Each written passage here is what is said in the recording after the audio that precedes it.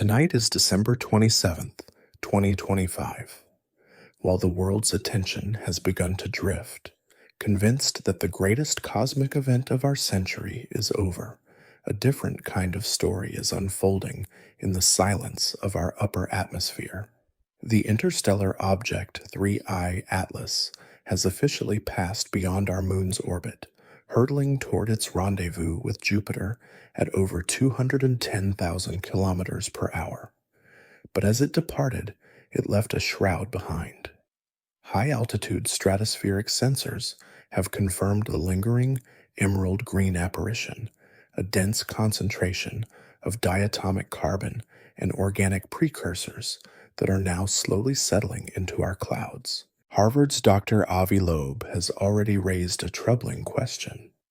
What if this was not an accidental shedding of ice, but a deliberate molecular purging? As these interstellar particles descend, they are no longer just data points in a telescope. They are becoming part of the air we breathe, the water we drink, and the very biological fabric of our world.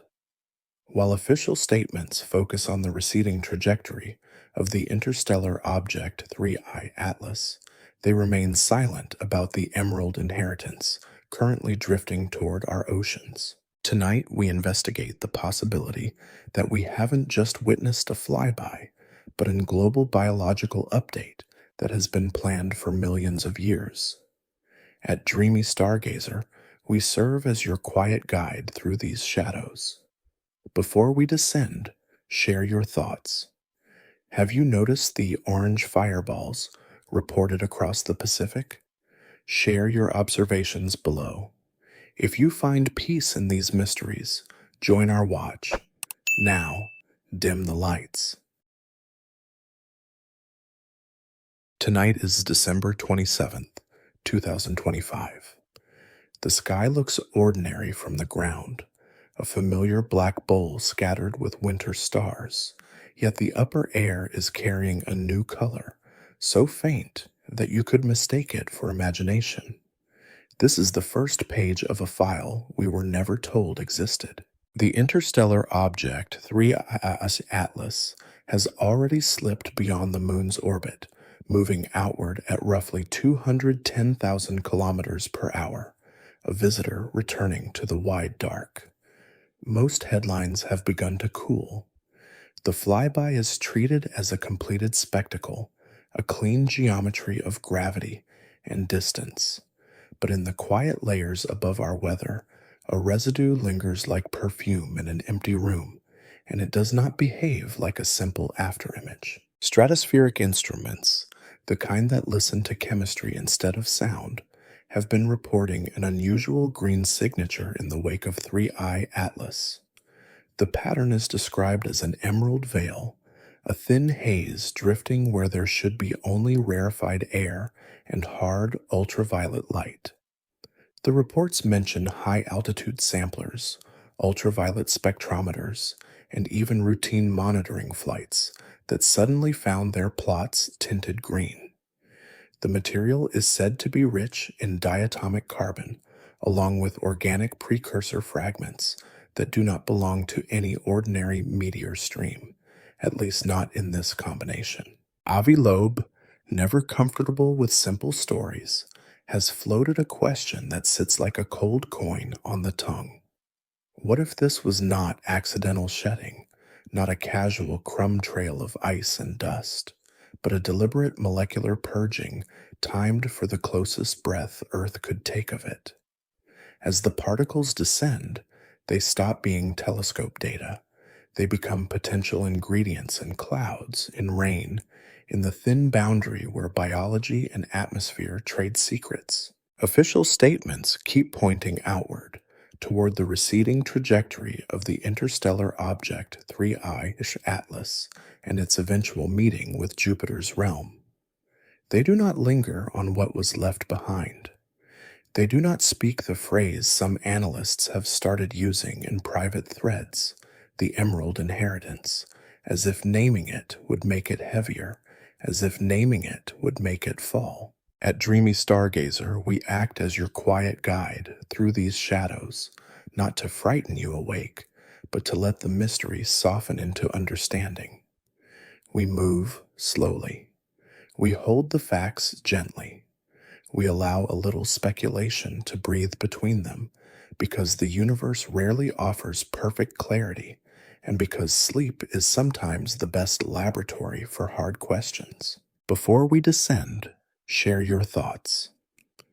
Have you noticed the orange fireballs reported across the Pacific, the slow ones that glide without the usual violence? Share your observations below. If you find peace in these mysteries, join our watch. Now, dim the lights. If there is a green veil, the first question is simple and almost tender. What makes green in space? Comets sometimes glow an eerie green when sunlight strikes certain carbon molecules in their comas. In many cases, the color is linked to diatomic carbon, a fragile pair that fluoresces briefly before sunlight breaks it apart. It is a color born from chemistry under stress, beautiful precisely because it should not last. To understand how we would even know, imagine the light being combed into strands. A spectrograph takes comet light and spreads it into a barcode of colors, each brightening a chemical fingerprint. Diatomic carbon tends to leave a recognizable green band, not a single razor-thin line, but a clustered signature. When separate instruments, built by different teams, whisper the same green band on different nights, the temptation is to believe the sky itself is speaking. That is why the current whisper is unsettling. A short-lived molecule should not paint a lingering stain across the upper atmosphere after a passage. In sunlight, diatomic carbon is usually fleeting because the same radiation that makes it glow also tears it apart. Often it is produced only indirectly, as more stable carbon-bearing molecules are cracked into fragments, and then those fragments are cracked again. So when analysts describe a persistent band in the stratosphere, the mind reaches for mechanisms that can stretch time. Carbon locked inside darker grains, carbon sheltered inside porous ices, or carbon released slowly as microscopic dust warms and sheds its surface while drifting through the upper air. Some reconstructions, shared quietly and then removed, claim concentrations far beyond typical cometary outgassing, on the order of hundreds of times higher than what we usually infer from a bright comet near the sun. One leaked chart used a number that keeps getting repeated, 400, as if repetition could turn rumor into measurement. In the language of the file, it sounds theatrical, like a number chosen to lodge in memory. But even if the number is wrong, the direction of the claim still matters. It suggests the veil is not a fleeting glow that vanishes with morning. It is a deposit thick enough to be tracked as it drifts, a chemical footprint with edges, a stain that behaves like a thing with weight. Look at the timeline. 3I Atlas approaches. It brightens. It passes. Then, in the hours after closest approach, the green signature appears in a band, aligned with the expected wake, as if the object exhaled at the last possible moment. Amateur spectrographs, simple devices attached to backyard telescopes, report a widened green feature where none was expected the night before. A few high-altitude balloon flights, launched for ordinary atmospheric research, returned with subtle anomalies, hints of carbon fragments at altitude, and a faint shift that technicians described as hard to calibrate away. And almost as a parallel story, those slow orange fireballs begin to appear in scattered reports, as if another residue is arriving along the same corridor. The stratosphere is not the chaotic troposphere of storms and weather fronts. It is a cold, slow river of air, tens of kilometers above your roof, where particles can linger for months. Up there, the air is dry, the sunlight is hard, and the chemistry is patient. A dust that reaches this layer does not rush to the ground. It drifts, it circles, it spreads along long paths of circulation that wrap the globe. If 3i Atlas delivered even a modest mass of ultrafine material into that river, Earth could carry it gently, letting it thin into a global whisper before it ever touches rain, and before most of us ever think to look up. There are boring explanations, and we should lay them down like stones, one by one.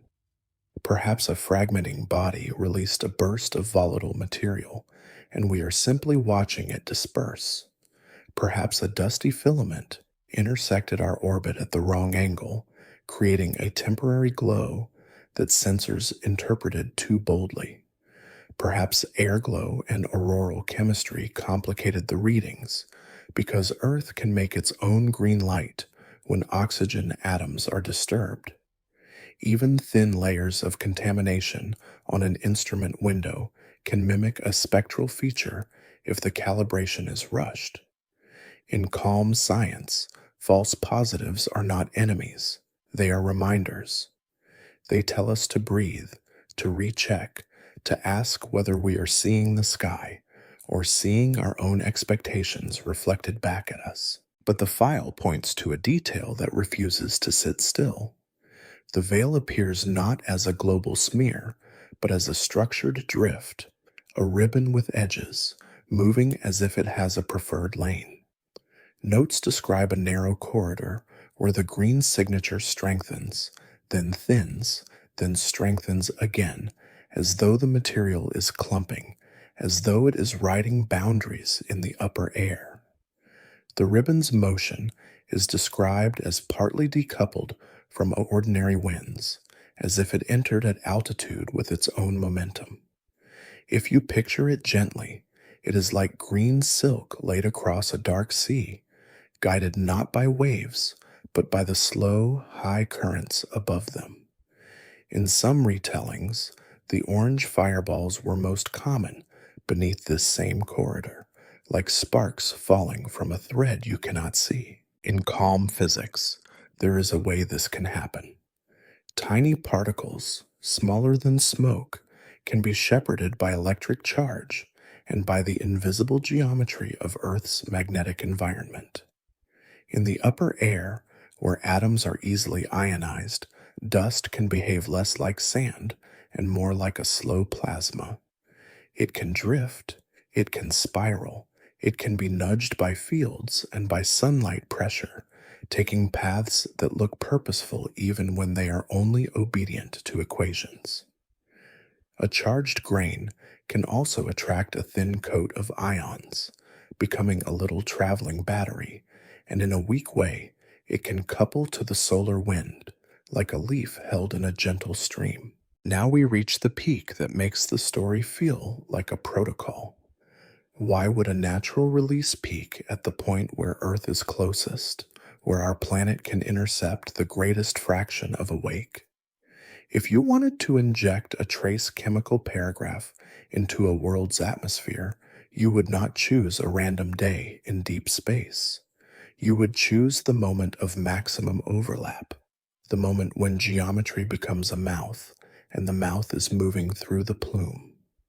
The unsettling thought is not that something big happened. It is that something small happened on purpose, because small things are easier to hide. So let the image slow down. Picture the veil thinning, not in a rush, but in a patient fall, each grain taking its time through cold air that almost never touches your skin. The green band in the data softens, then returns, then softens again, like a lullaby refrain. As you breathe in slowly and out even more slowly, hold one final question without forcing an answer. If the emerald inheritance is real, is it simply the universe delivering chemistry, or is it 3i Atlas leaving a signature meant to be recognized later? On the next page of the file, we follow a darker possibility that the timing was not coincidence, but design. Breathe as if you are listening to something far away. In the upper air, there is no thunder, no birds, no street noise, only a patient movement of particles sliding along invisible lanes. If the emerald veil is real, it is not screaming. It is arriving the way dust arrives pull on a forgotten shelf, quietly, steadily, with time on its side. When astronomers track a small body, they do not only follow where gravity should take it. They look for tiny mismatches, subtle drifts that say something else is pushing. We call this non-gravitational acceleration, and it is one of the few ways a cold object can confess that it is leaking mass or catching light in an unusual way. A comet can do it with jets, a rotating nucleus venting gas like a slow thruster. Sunlight can do it too, pressing on dust and thin surfaces with a force so gentle it feels like nothing until you measure it over weeks. There are other small pushes as well. A dark rock warms in sunlight and re-radiates heat, producing a microscopic recoil that can accumulate over months, an effect related to the Yarkovsky family of ideas. A lumpy body can shed grains as it spins. A cracked surface can release trapped volatiles only when it rotates into morning. These forces are real, and they are usually modest. But in orbital mechanics, modest is enough. A whisper sustained long enough becomes a curve you can fit, a correction you cannot ignore. In the last decade, scientists learned to treat these whispers with more seriousness because interstellar visitors already forced us to argue about what natural even means. One famous visitor displayed a non-gravitational acceleration without an obvious comet tail, which led to competing explanations. Hidden outgassing too faint to see, exotic ices that do not leave familiar signatures, or radiation pressure acting on a low-density shape. The debate was never about proving aliens. It was about admitting that the sky can surprise us with behaviors that sit right at the edge of our expectations. With the interstellar object 3I Atlas, the file claims the ambiguity sharpened into a pattern. Some trackers, using public ephemerides and their own fits, reported a drift that did not look perfectly smooth. A gentle extra push seemed to change with time, as if the object's behavior had phases. In ordinary language, this could be uneven heating, intermittent venting, or a changing rotation state. In the language of the file, it becomes a protocol because the changes appear to cluster near moments that matter to Earth more than they matter to deep space. Here is the calm geometry behind the fear. If an object releases gas and dust, that material does not vanish instantly. It forms a wake, a stretched corridor of molecules and grains that can linger along the object's path, like breath on a cold window lingering after the mouth has moved away. The corridor is not a solid tube. It is a thin population of particles spreading out with time. But if Earth's orbit intersects that population, our planet does not need a direct hit. We only need to pass through the place where the release occurred. Think of it as a crossing, not a collision. Earth moves around the Sun at roughly 30 kilometers per second.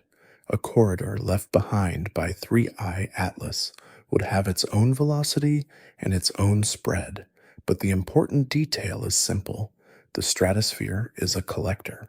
It does not need a dense cloud to notice change. A sparse dusting can still be measured if it arrives at high altitude, where there is little weather to wash it away quickly. And because the upper atmosphere circulates slowly, a thin dose can persist long enough to be mapped before it becomes everywhere and nowhere. Depending on the corridor's thickness, the encounter could last from a fraction of an hour to several hours, long enough for high-altitude samplers to notice a change before it is diluted. The most sensitive layer is often tens of kilometers up, where particles can drift without being rained out. Up there, a thin veil can stay coherent long enough to be mapped. Now return to the timing that repeats in whispered reconstructions. 3I Atlas, moving at roughly 210,000 kilometers per hour, approached its closest point, and then the inferred acceleration shifted. Some analysts describe it as a soft pulse, an extra push that lasted long enough to matter and then faded. In sleep-friendly numbers, you can picture it as a brief breath compared to a long journey. A single breath is easy to overlook if you only watch the end of the story, when the visitor is already receding and the public attention is already turning away. A purely natural explanation is almost too elegant. A rotating body heats unevenly. A seam opens. Carbon-bearing ices, like carbon monoxide or carbon dioxide, escape, dragging dust with them. In sunlight, complex carbon molecules on the dust can be broken into smaller fragments.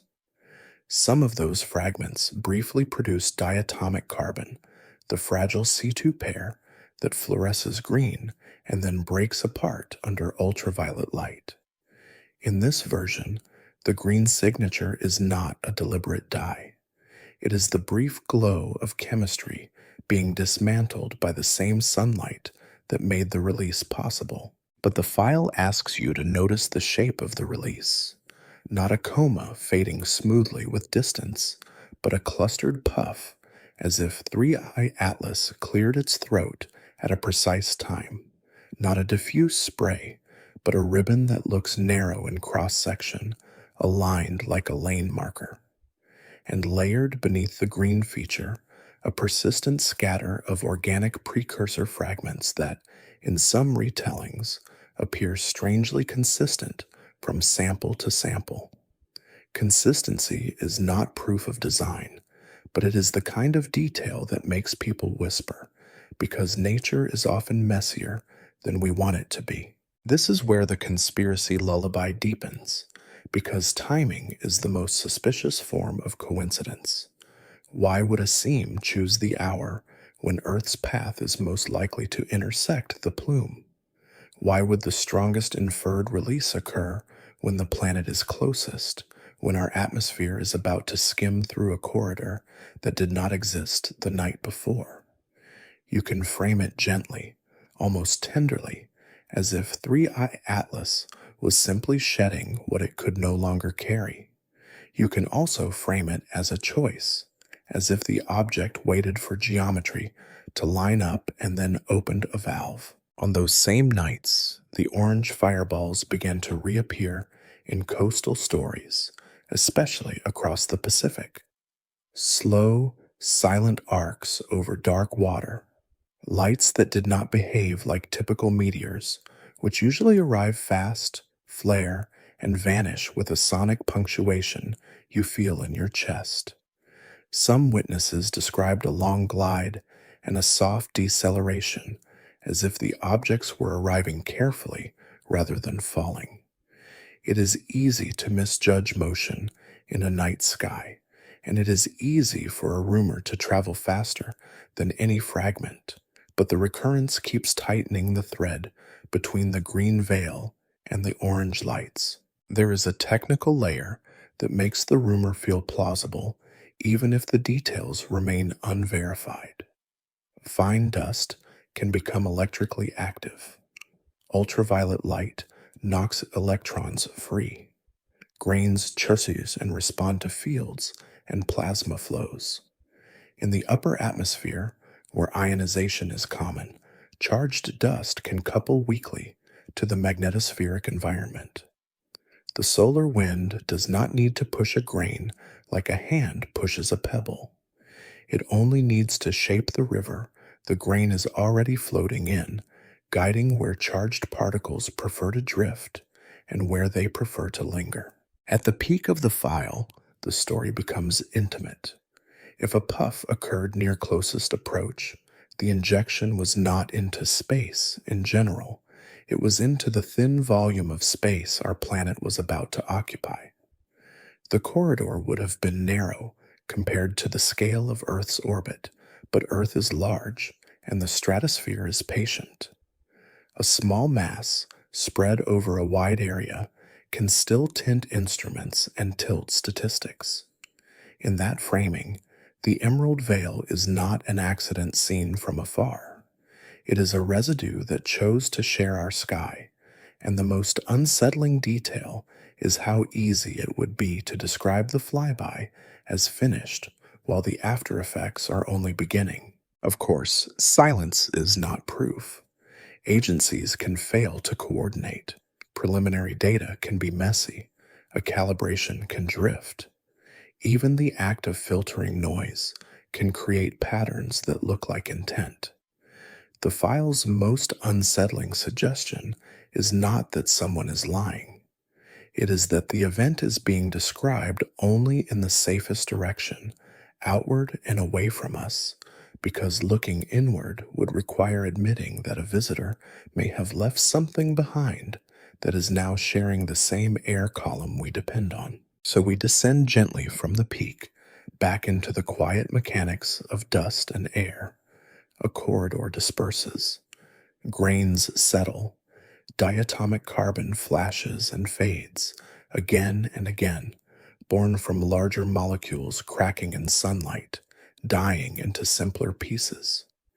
The stratosphere carries the residue around the globe, like a slow river, and from the ground, the night still looks normal, a familiar black with familiar stars. If you listen carefully, you can almost imagine the solar wind as a distant breath, pushing nothing that you can feel, yet shaping everything that is light enough to float. If the interstellar object 3Oz Atlas truly performed an injection, the next question is not only what it released, but what the release could become once it meets oxygen, water vapor, and living chemistry.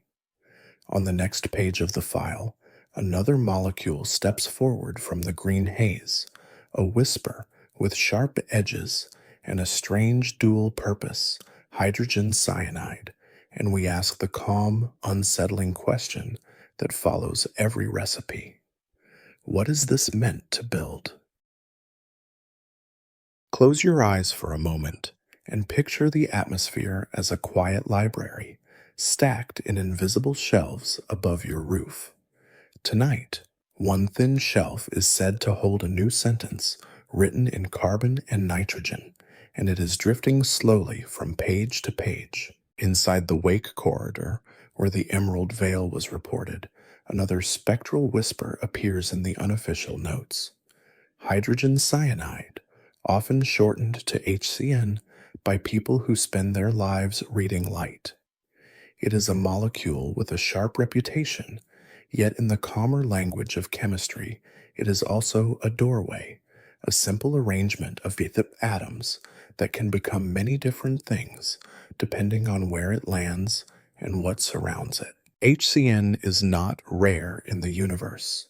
Astronomers have identified it in interstellar clouds, the cold nurseries where stars and planets begin. Comet researchers have detected it in the comas of many comets as they warm and release trapped volatiles. Wherever carbon and nitrogen share cold darkness, HCN has a way of appearing, quietly persistent, like a common word in the cosmic dictionary. What makes it feel different in this file is not the molecule itself, but its alleged location and timing. A trace in a distant coma is a curiosity. A trace at high altitude, riding inside the same drifting ribbon associated with 3I Atlas, feels intimate. If the corridor truly intersected our upper atmosphere, after closest approach, then a molecule that usually lives inside telescope plots may now exist in vanishingly small amounts above the ocean and above sleeping cities, beginning a slow descent that no one can hear. The scientific mind reaches first for the ordinary explanation, and it is a good habit. Comet-like bodies often carry nitriles and other nitrogen-bearing organics frozen into their ices. When sunlight and energetic particles crack larger molecules, they can liberate smaller fragments, and HCN can appear among the cleaner products.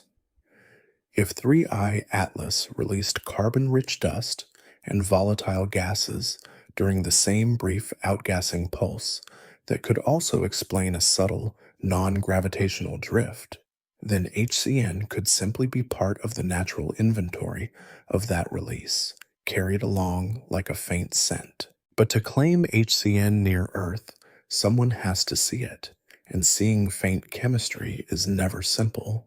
A spectrograph spreads light into a barcode, and every molecule brightens certain bars more than others.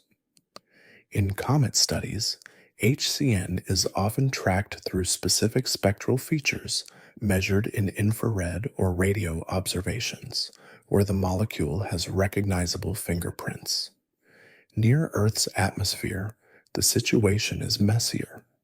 Earth adds its own glow, instruments drift, and the signal is small. So the most believable whispers are not a single dramatic spike. They are repeated, faint features that appear on multiple nights, in multiple datasets, moving with the same corridor through the sky. That is why the file leans so hard on pattern. It suggests the HCN trace is not evenly mixed into the green veil, but layered within it, appearing when the diatomic carbon signature strengthens and fading when it fades. Correlation bias is not proof, but it is a temptation. It makes the corridor feel less like an accident and more like a blend, as if the green glow is the label on a bottle and the nitriles are the content, delivered together in the same breath, in the same brief window of time. Here is the paradox that makes HCN unsettling in a documentary meant for sleep. In large amounts, it can be harmful to complex life because it interferes with cellular chemistry.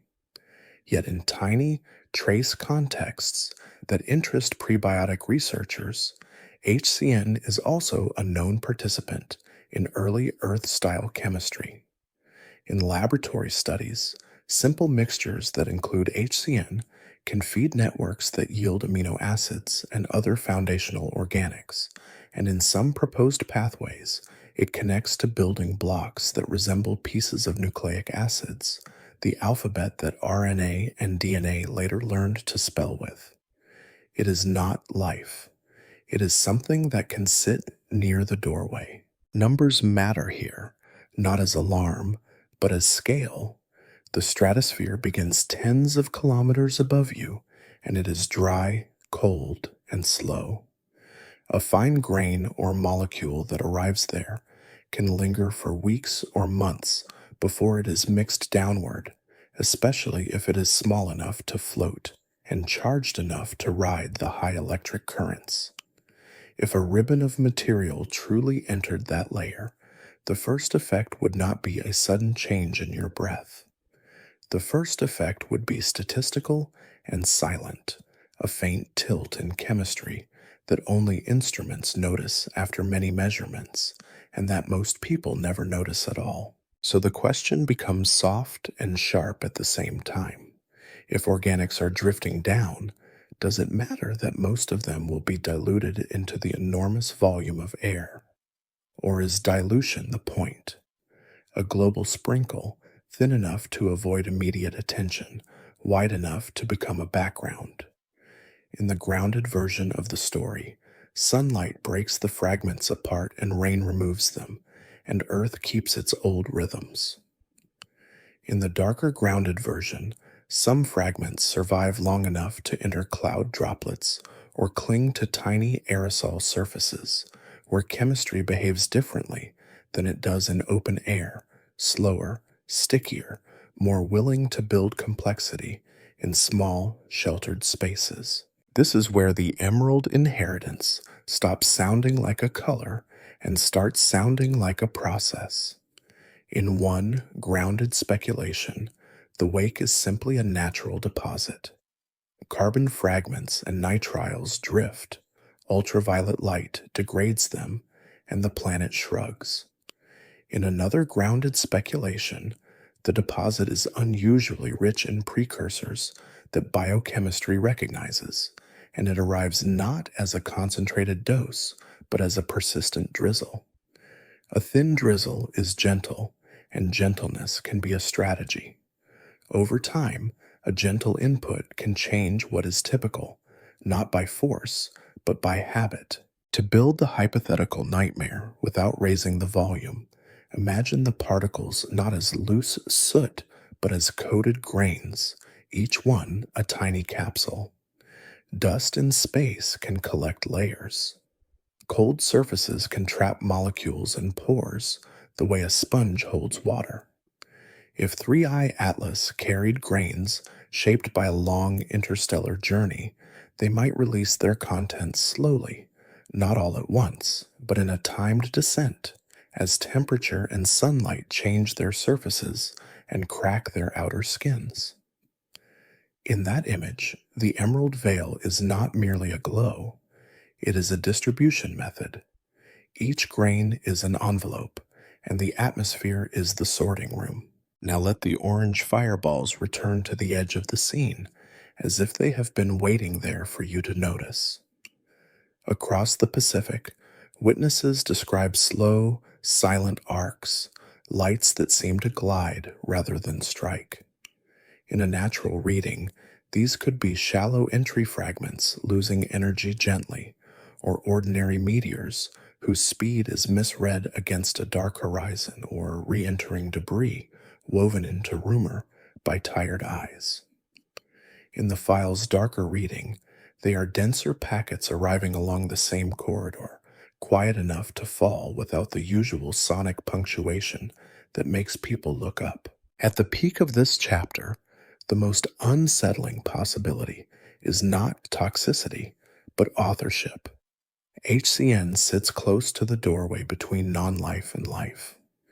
If you were imagining a slow biological nudge, a gentle update rather than a catastrophe, you would not need to deliver a finished organism.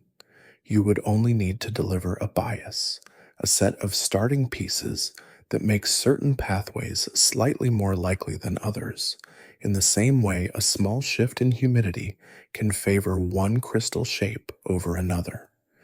A planet does not have to be rewritten overnight.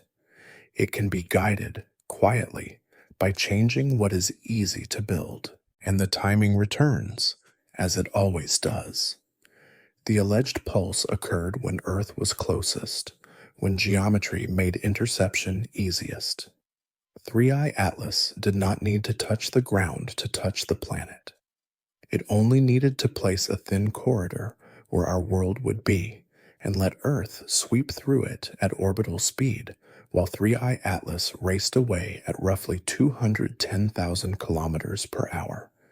If that corridor carried diatomic carbon for the glow and HCN for the chemistry, then the injection protocol, if it exists at all, is elegant in the most troubling way. It looks like nature, and it behaves like intention, and the difference is hard to prove. As the peak fades, the file turns its gaze from molecules to signals. If orange fireballs were truly part of the same event, then something physical crossed into our environment. If a ribbon of charged dust truly drifted through the upper air, then our magnetic shield and our satellite systems might have noticed, not as a headline, but as glitches, tiny hiccups, subtle synchronizations that vanish when you average them away. It is possible for a planet to be touched without any crater at all, touched through timing, through fields, through the quiet machinery that keeps our navigation and communication steady. If you want to be gentle with yourself, hold the simplest truth close. Earth has always been bathed in cosmic chemistry. Meteor dust falls every day. Organic molecules have been detected in space for decades. Our planet has survived comet passages, impacts, solar storms, and the slow drift of interstellar grains without needing a plot behind it. Most molecules that arrive are broken down, scattered, or rendered harmless long before they ever meet a leaf or a lung. Still, the lullaby returns to uncertainty, because uncertainty has a shape. Why did the green signature appear aligned with a corridor at all? Why do the rumors place HCN inside the same ribbon? Why do the orange fireballs, if they are real, appear so quiet, so consistent, so oddly timed? As you breathe slowly, imagine the emerald veil thinning into the dark, each grain settling into the long circulation above the oceans, becoming everywhere and nowhere. And when you are ready, we turn from chemistry to the next folder in the archive, listening for the subtle glitches, the magnetic scratches, and the silent synchronizations that may have accompanied the departure of 3i Atlas. Let your breathing slow as if you are listening to waves through a closed window. Far above that gentle rhythm, the night has been collecting small stories, not in headlines, but in eyewitness fragments, the kind that arrive softly in comment sections and late night calls to a friend. Across the Pacific and along coastlines that face open water, people have described orange fireballs that do not behave like the meteors we expect. Not the fast, sharp streak that bites the sky and vanishes. These are described as slower, warmer, almost deliberate, drifting longer than a normal bolide, and sometimes breaking into smaller embers without the usual violent punctuation. In a grounded reading, there are several ways the sky can create orange light without any conspiracy at all. A meteoroid entering at a shallow angle can skim the upper atmosphere like a stone across a dark lake, losing energy gradually rather than all at once. Re-entering human-made debris can also glow orange as it sheds heat and fragments, often appearing slower because it is already traveling on a path closer to Earth's speed rather than arriving straight from deep space. Even distant lightning over the horizon or aircraft flares in odd conditions can confuse the tired eye. The sky is skilled at impersonation, but the file we are following does not focus on the color alone. It focuses on the absence of the usual companion, the sound that should follow. Many reports insist there was no sonic boom, no delayed crack, no rolling thunder that arrives seconds later to confirm that something truly tore through air at supersonic speed. That detail is slippery because sound is unreliable across ocean distances and windy nights. A shock wave can refract upward. It can dissipate. It can miss you by hundreds of kilometers. A bright event far offshore can look close while its sound never reaches land. Still, the reports cluster in a way that makes the mind draw lines. The orange fireballs appear again and again in the same broad time window after the passage of 3i Atlas, as if the sky began to shed a second kind of residue. Some observers describe long glides with subtle changes in brightness, as though the objects were not simply burning up, but adjusting how they were burning, brightening and dimming in a rhythm that feels less like chaos and more like control. To stay anchored, we should say plainly what slow can mean. Most meteors are fast because their relative speed against Earth is high, often tens of kilometers per second. Re-entering debris is often slower by comparison, sometimes closer to 8 kilometers per second at first contact, though it can still appear startlingly fast. A shallow entry can stretch the visible path, making the glow last longer, and a train of fragments can create the illusion of a coordinated swarm. If you have ever watched a long re-entry across a wide sky, it can feel almost ceremonial, as if something is choosing to descend. Now bring back the emerald veil in your mind, not as a glow, but as a hypothesis of matter in the upper air. If 3I Atlas released dust and molecular fragments into a narrow lane near our planet's path, then not everything in that release would be the same size. The tiniest grains would drift and tint instruments, barely visible, becoming chemistry. Larger fragments, if they existed at all, would behave differently. They would feel drag sooner, heat more intensely, and announce themselves as light. In that framing, the orange fireballs are the heavier punctuation marks at the edge of the same sentence. The color itself can be read in calm chemistry. Orange in the sky often comes from hot dust and heated metals emitting a spectrum that leans warm, with sodium sometimes contributing a familiar amber hue and iron-rich fragments glowing like heated stone. In re-entry events, the color can shift as different materials ablate, painting the trail with changing tones. A natural swarm of fragments from a breakup can therefore look like a moving palette, not because it is designed, but because physics is an artist when it is given a variety of materials. But there is a detail in the rumor stream that keeps returning like a quiet refrain. Some witnesses claim the lights did not follow purely ballistic arcs. They describe slight bends, subtle changes of direction, not dramatic turns like aircraft, but gentle course shifts that feel wrong for a falling rock. We must be careful here because perspective can fabricate curvature.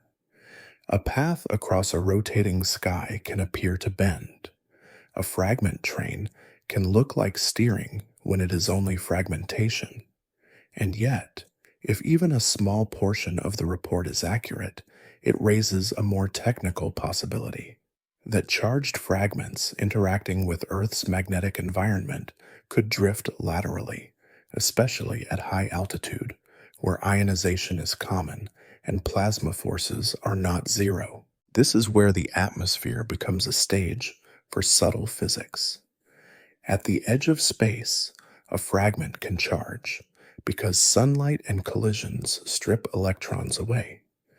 A charged object moving through Earth's magnetic field experiences forces that can alter its path slightly, not enough to make it fly, but enough to make its descent look strangely guided, especially when viewed from far away over the ocean.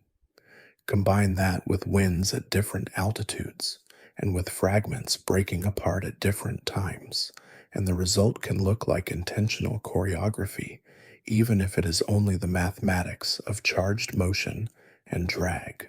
The file's darker suggestion is that the orange fireballs were not random fragments, but a controlled delivery, a slow-moving swarm designed to enter quietly.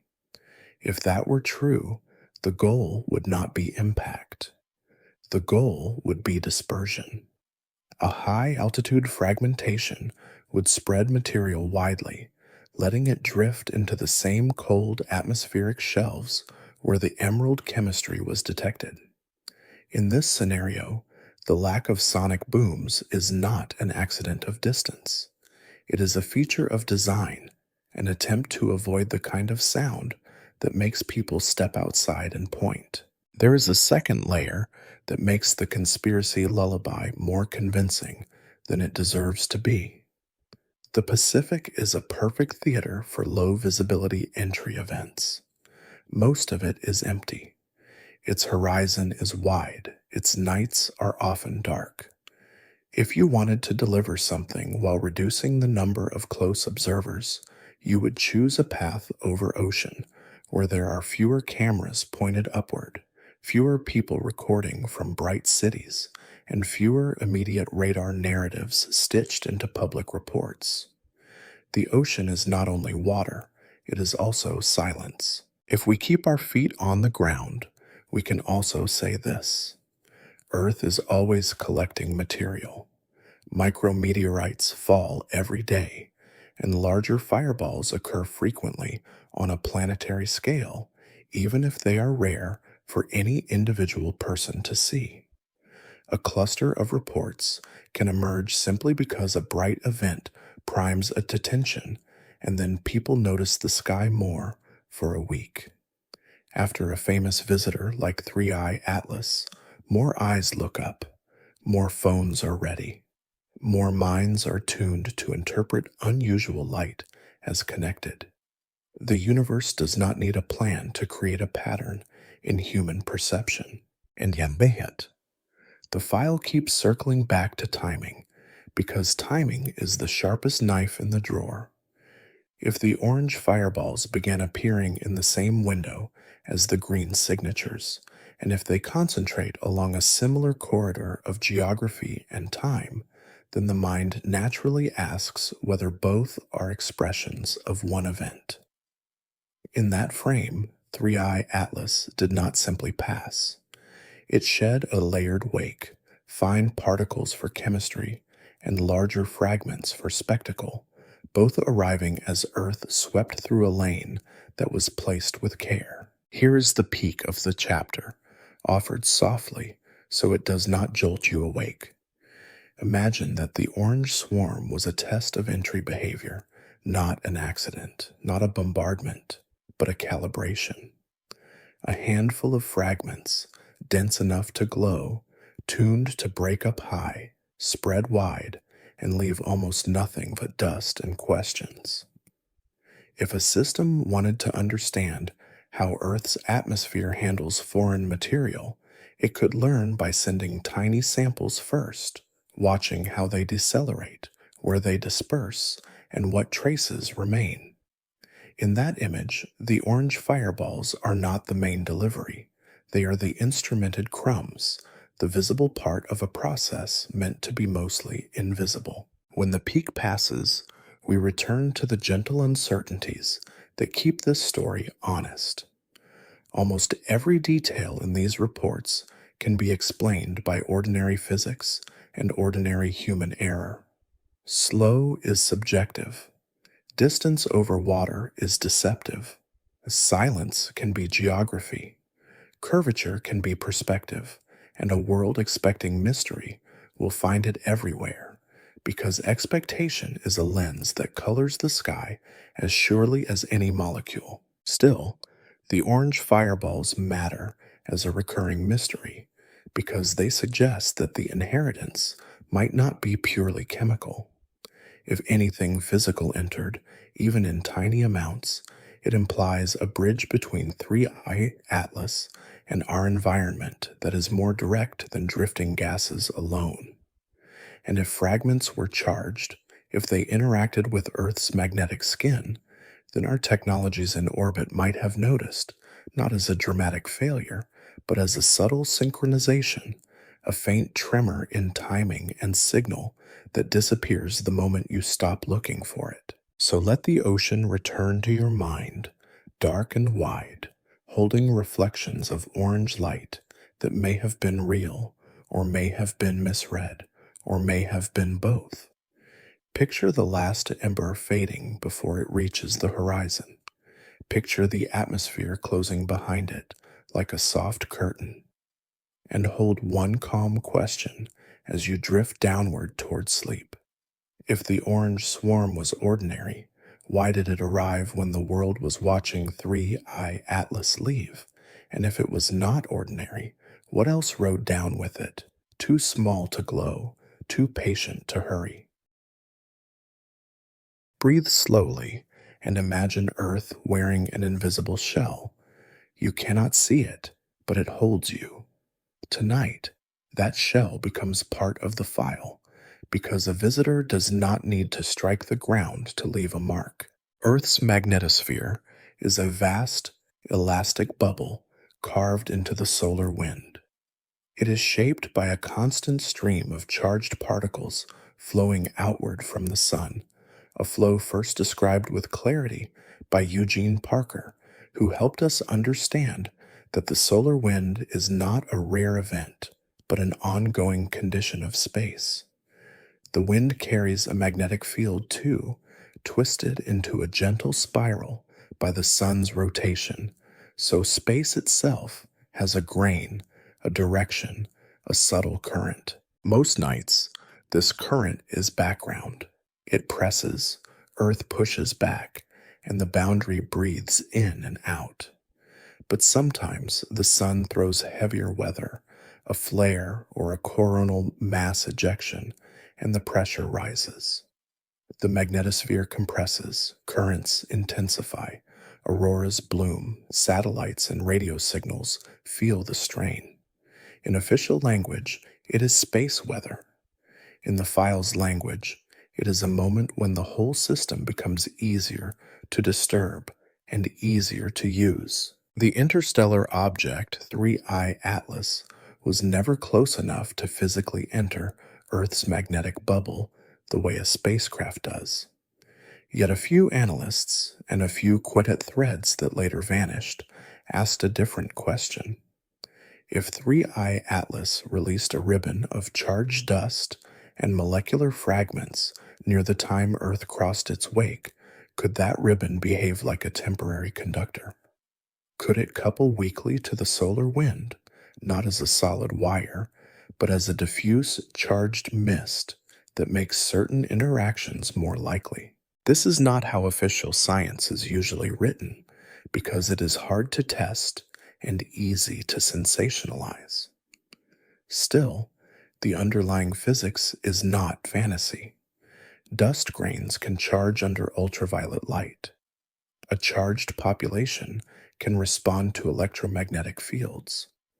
Even a thin plasma cloud can interact with the solar wind in complicated ways, because the solar wind is itself a moving electromagnetic environment. The question is not whether coupling is possible. The question is whether it could be strong enough and coherent enough to matter. In the calmer explanation, any scar would be a coincidence. A solar event happens, the magnetosphere responds, and the timing overlaps with public attention on 3I Atlas, so people stitch the two together. This happens often. Humans are pattern makers. We connect storms to moods and cosmic events to disruptions, especially when the disruptions are subtle enough that no single cause is obvious. But the file keeps returning to a particular rumor, a brief distortion in Earth's radiation environment, described by one source as a solar scar. The language is dramatic, yet the concept is familiar. The Van Allen radiation belts are not solid rings. They are dynamic regions of trapped particles shaped by the magnetic field. During geomagnetic storms, these belts can swell, shift, and sometimes temporarily thin in certain zones as particles are scattered or lost. A gap can appear in measurements without implying anything alien at all. So what makes the rumor cling? The claim is that the distortion was oddly localized in time and geography, and that it aligned with the same broad corridor where the emerald chemistry was whispered about, and where the slow orange fireballs were reported. In this version of the story, a solar disturbance did not just wash over Earth evenly. It had a texture, as if something in near-Earth space shaped its flow, turning a general storm into a more focused pulse. There is a grounded way to describe this without leaving physics. The magnetosphere has preferred pathways. The day side compresses under solar wind pressure. The night side stretches into a long tail. Magnetic reconnection can open and close channels, allowing energy and particles to enter in bursts. If a charged dust ribbon happened to be in the right place at the right time, it could, in principle, alter microphysics at the boundary. Not like a hammer, more like a slight change in friction, nudging where currents intensify and where particles precipitate. Now we approach the chapter's peak, the part the file seems to want you to feel in your bones. If a solar flare or a coronal mass ejection occurred near the time of Earth's encounter with 3I Atlas's wake, then the solar wind would have been louder than usual. A louder wind is a stronger carrier. In radio terms, it is more power on the line. In the file's speculative terms, the solar event becomes an amplifier, pushing the wake material through our magnetic skin, helping it cross boundaries it might otherwise bounce off. Some versions of the rumor go further and suggest intention, as if 3I Atlas timed its release to coincide with solar unrest. That is a difficult claim, because predicting solar eruptions precisely is not trivial even for us, and correlation can always be manufactured after the fact. Yet, in a hypothetical nightmare, you do not need perfect prediction. You only need patience. If an object has been inbound for a long time, it can wait for an active sun.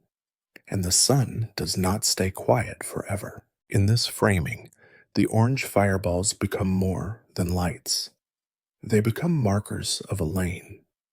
A charged fragment train, entering high and slow, could be guided slightly by the same electromagnetic environment that shapes auroras and radiation belts. Even if the guidance is only a tiny statistical bias, it could be enough to create a clustering of reports along certain longitudes, especially over ocean, where few instruments are public and where stories travel faster than data. The file describes institutional silence in a familiar way. A few satellite operators mention minor anomalies, then stop. A few navigation users report brief errors, then the complaints disappear under the normal noise of outages and updates. A space weather bulletin notes elevated activity, then the world moves on. None of this proves concealment. It can also be explained by the simple truth that organizations do not publish every hiccup, and that technical systems are always experiencing minor irregularities. Still, the file asks a softer, sharper question. If a foreign dust ribbon brushed our magnetosphere during a period of heightened solar wind, would it leave a fingerprint that looks like normal space weather, just a slightly stranger at the edges? A small, temporary shift in particle populations. A brief change in how radiation belt electrons were distributed. A short-lived increase in auroral intensity at an odd latitude. Things that can be explained away one by one, yet feel connected when you lay them on a single table. The most unsettling version of the story is not about damage. It is about access. Our modern world depends on timing, on satellites, on signals that assume the space environment is only as complicated as we model it. If 3I Atlas's wake carried charged dust and complex molecules, and if a solar event provided the push, then Earth's magnetic boundary could have acted like a gate that briefly opened wider than usual. Not a catastrophe, just a quiet widening, long enough for a thin inheritance to pass it inward and begin its slow descent. And yet, even in the darkest speculation, the magnetosphere is not helpless. It is a resilient structure, constantly repairing itself through the same physical processes that shape it. Storms pass, currents relax, the boundary expands again. If there was a scar, it would heal, not with intention, but with the ordinary patience of fields returning to equilibrium. So we come down from the peak into a gentler place. Picture Earth's magnetic shell as a living skin that flexes and recovers. Picture the solar wind as a steady breath, sometimes stronger, sometimes softer. Picture any dust from 3i Atlas, if it exists in our vicinity at all, thinning into the vastness, becoming less a blade and more a mist, more a whisper than a wound. Hold the orange fireballs in the corner of your mind, not as proof, but as a recurring signal that keeps the file open. If they were ordinary, they remind us how easily attention creates patterns. If they were not ordinary, they suggest the wake had layers, chemical and physical, each interacting differently with the Earth's shield. In the next page of the archive, we follow the most delicate kind of interaction, one that leaves no ash and no crater, only timing. A rumored synchronization, a 4-hour pulse, and the quiet possibility that contact can happen through clocks alone. Let your thoughts settle the way a lake settles after a small stone. Inhale slowly, exhale even more slowly. Above the clouds, beyond the weather, a quiet lattice of machines keeps time for you while the world sleeps. Every navigation fix, every bank transfer, every ship crossing black water at night leans on clocks in orbit that continuously compare, correct, and agree. GPS and its sister constellations do not simply tell you where you are. They tell you when you are again and again, using atomic oscillations as the hidden ruler of modern life. When the ruler is straight, the world feels stable.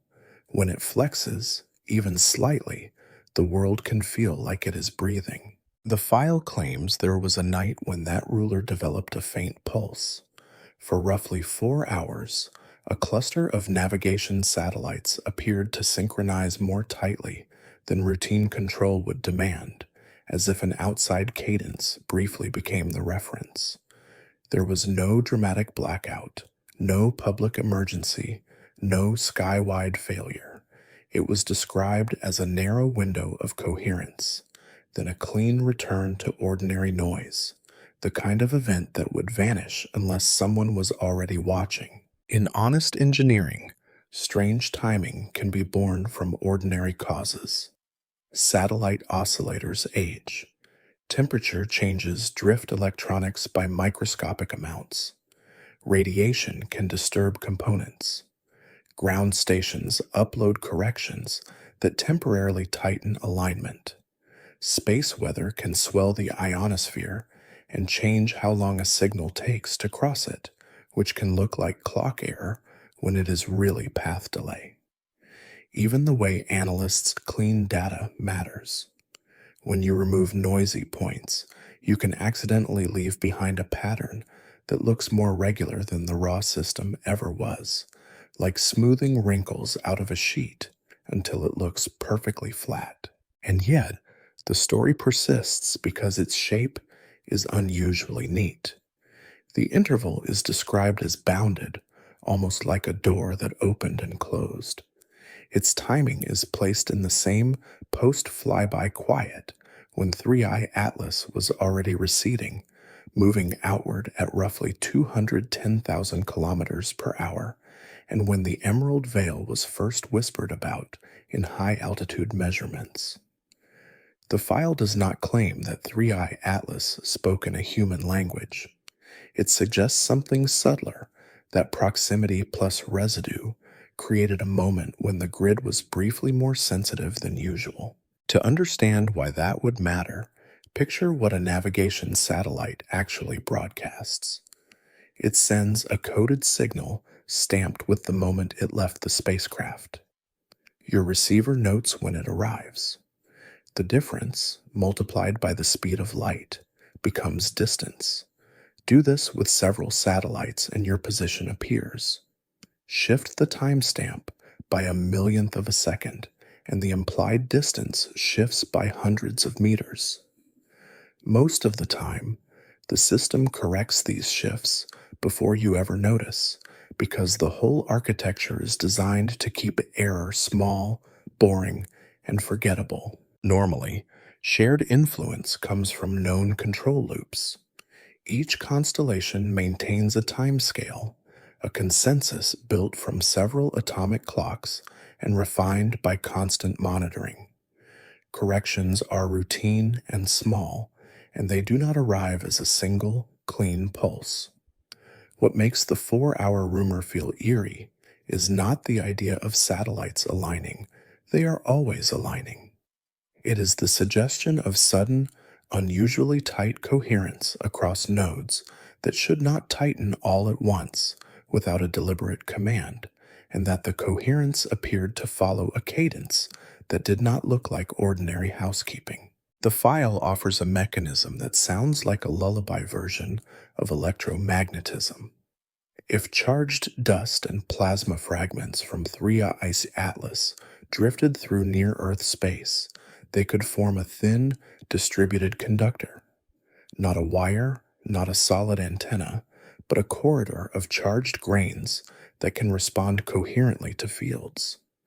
If a solar wind disturbance was already passing, that disturbance could act like a carrier wave, a moving pattern in the electromagnetic environment that many satellites would feel at once, gently nudging their electronics in the same direction at the same time. In grounded terms, we already know the magnetosphere can ring.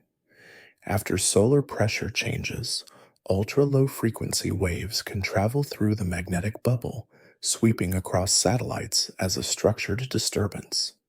Spacecraft in similar orbits can experience correlated charging, correlated noise in electronics, and correlated variations in how their signals propagate through the ionosphere.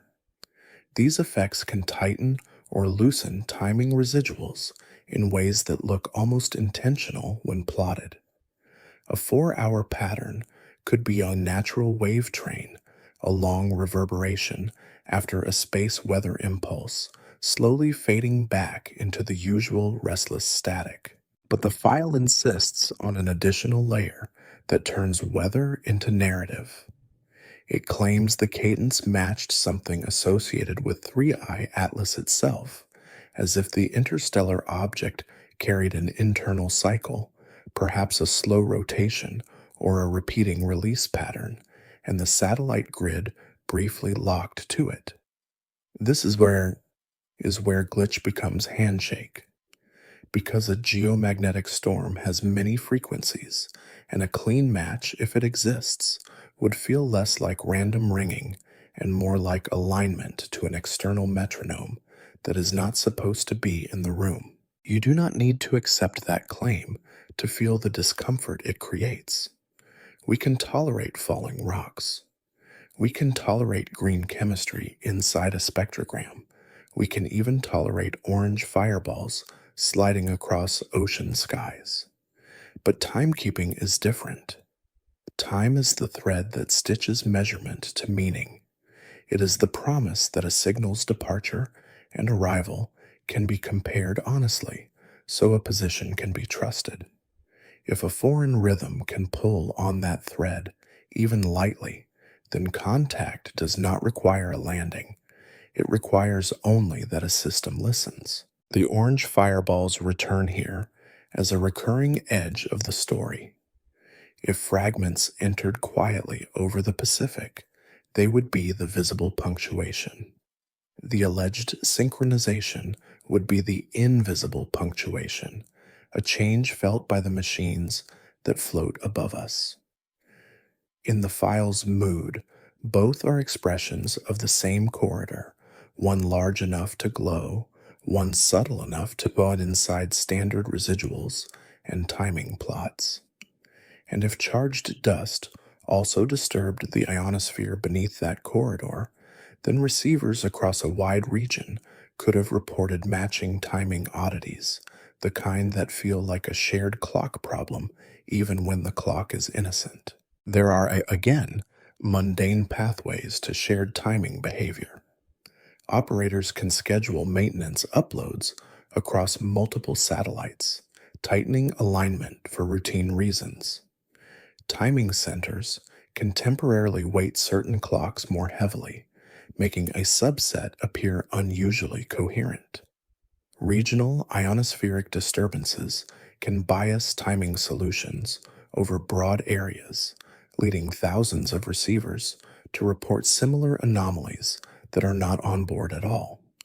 Even the act of selecting only the cleanest data, the quietest hours, the best behaved satellites, can create a pulse that is really just selection wearing a mask. Still, the file claims the coherence was not only a user side illusion, it hints at telemetry residuals that narrowed across a small group of satellites and at a moment when their independent clock noise seemed to compress into a shared line.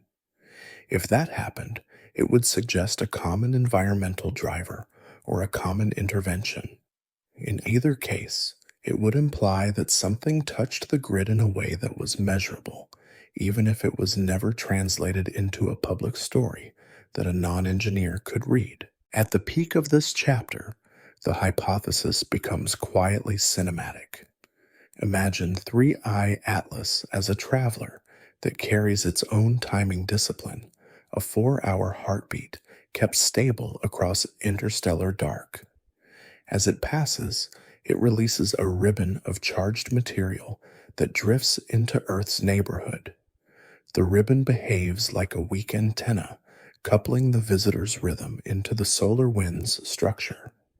For 4 hours, the satellite grid is gently tugged toward coherence, not because anyone commands it, but because the environment that surrounds the satellites has been briefly rewritten into a shared pulse, like a soft hand on many pendulums at once. If such a handshake occurred, what would it be for?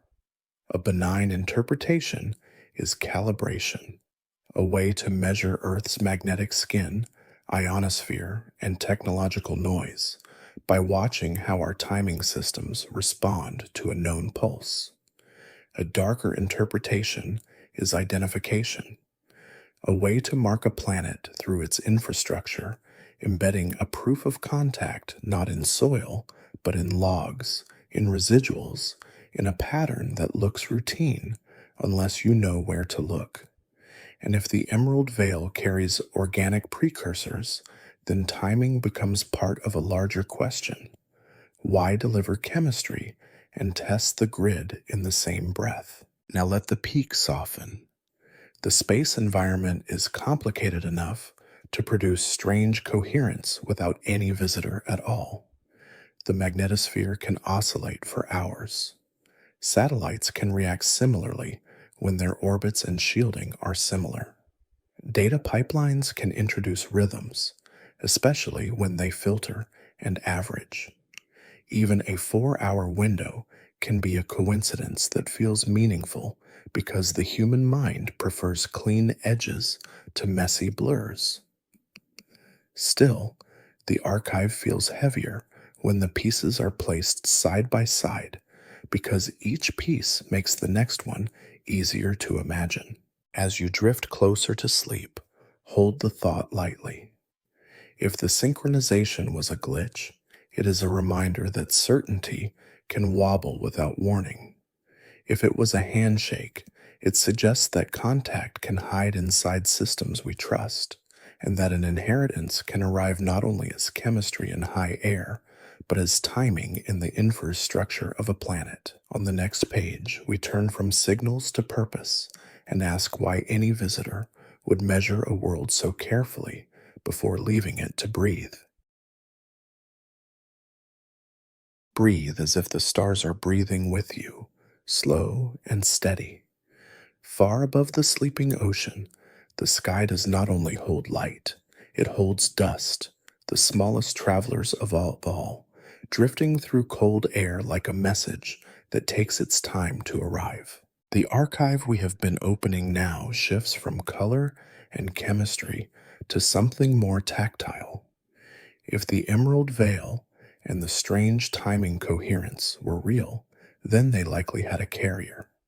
Not a single object you could point to, but a population, countless grains too small to photograph individually, each one a speck with its own mass, charge, and quiet momentum. Astronomers learn about dust the way you learn about perfume in a dark room by the way it changes light. A spectrum can hint at carbon, silicates, and metals. A scattering curve can suggest grain size. Polarization can imply whether particles are fluffy like ash or dense like filings. None of these tools are perfect, especially when a visitor is already receding and the signal is weak, but even imperfect tools can reveal a bias in what the grains might be. In the unofficial notes surrounding the interstellar object 3I Atlas, one bias is repeated with unusual confidence. A few analysts claim the wake dust reflects and absorbs light in a way that implies a higher fraction of metal-rich material than we would expect from a typical comet, sometimes summarized as an elevated nickel to iron ratio. Metal itself is not alien. Our solar system contains nickel-iron bodies, and collisions can grind their cores into dust. Even comets can carry mineral grains that were baked near the young sun and later mixed outward, then locked into ice like fossils.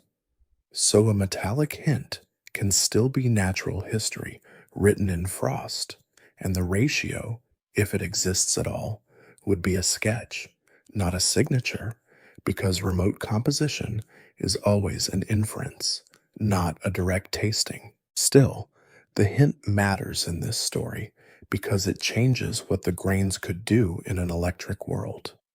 Conductive dust charges more readily under ultraviolet light, and it can discharge in bursts when it meets plasma boundaries. Charged grains feel forces that neutral grains do not, tiny Lorentz nudges that can bias a cloud's drift through the magnetosphere and the upper ionosphere. They also respond differently to electromagnetic noise from storms and auroras, and they can store heat and radiate it differently across a night. These are small differences, but small differences accumulate, and a declassified file loves accumulation, especially when earlier pages already whispered about magnetospheric scarring and a brief tightening in satellite timing. This is where Dr. Avi Loeb's name enters again, not as a verdict, but as a lens. He has argued before that when a visitor behaves oddly, we should keep the artificial option on the table until data closes the door. The point is not to see intention in every shadow. The point is to admit that the universe is old, our assumptions are young, and sometimes the simplest story is only simple because we have not measured long enough to see its seams. In the same cultural neighborhood, futurists like Michio Kaku have popularized another frame, the idea that exploration might be done not with ships, but with swarms. In that frame, the work is done by tiny units, smart dust scattered like seeds, each grain carrying sensors, minimal computation, and a faint purpose. If you want to watch many worlds, you do not send a handful of large probes. You send a cloud, and you let the cloud do what clouds do, which is spread and linger. The hard science anchor beneath this speculation is calm and unromantic. Small things are efficient. A grain a few micrometers across has a huge surface area relative to its mass. It interacts strongly with light, plasma, and chemistry. It can drift in the stratosphere for long periods because settling is slow and weather is far below. And in our own engineering, we already build micro-electromechanical sensors that can detect pressure, fields, acceleration, and chemistry at tiny scales. Our versions are fragile and power limited, but they prove the idea that sensing can be miniaturized until it resembles dust. If you imagine a civilization With deeper materials, science, and longer patience, then the word smart begins to sound less like magic and more like design discipline. Now imagine the interstellar object 3I Atlas not as a single body with a single story, but as a delivery scaffold. If it released a ribbon of particles near closest approach, that ribbon could contain more than carbon fragments. It could contain a minority population of dense conductive grains, each one coated and insulated to survive years of radiation and cold, waiting for an encounter with a planetary atmosphere to begin its true work, whether that work is simple dispersal or something more deliberate. How would industrial dust behave if it existed? It would likely favor constrained distributions, size ranges that cluster around what is useful for sensing and slow descent. It might carry layered coatings, multiple shells built to resist ultraviolet light and to protect a delicate interior.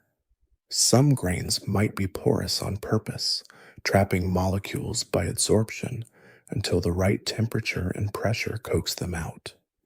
Others might be smooth and dense, built to survive brief heating during high altitude entry, then cool quickly and keep drifting. And the grains would not need to steer like aircraft.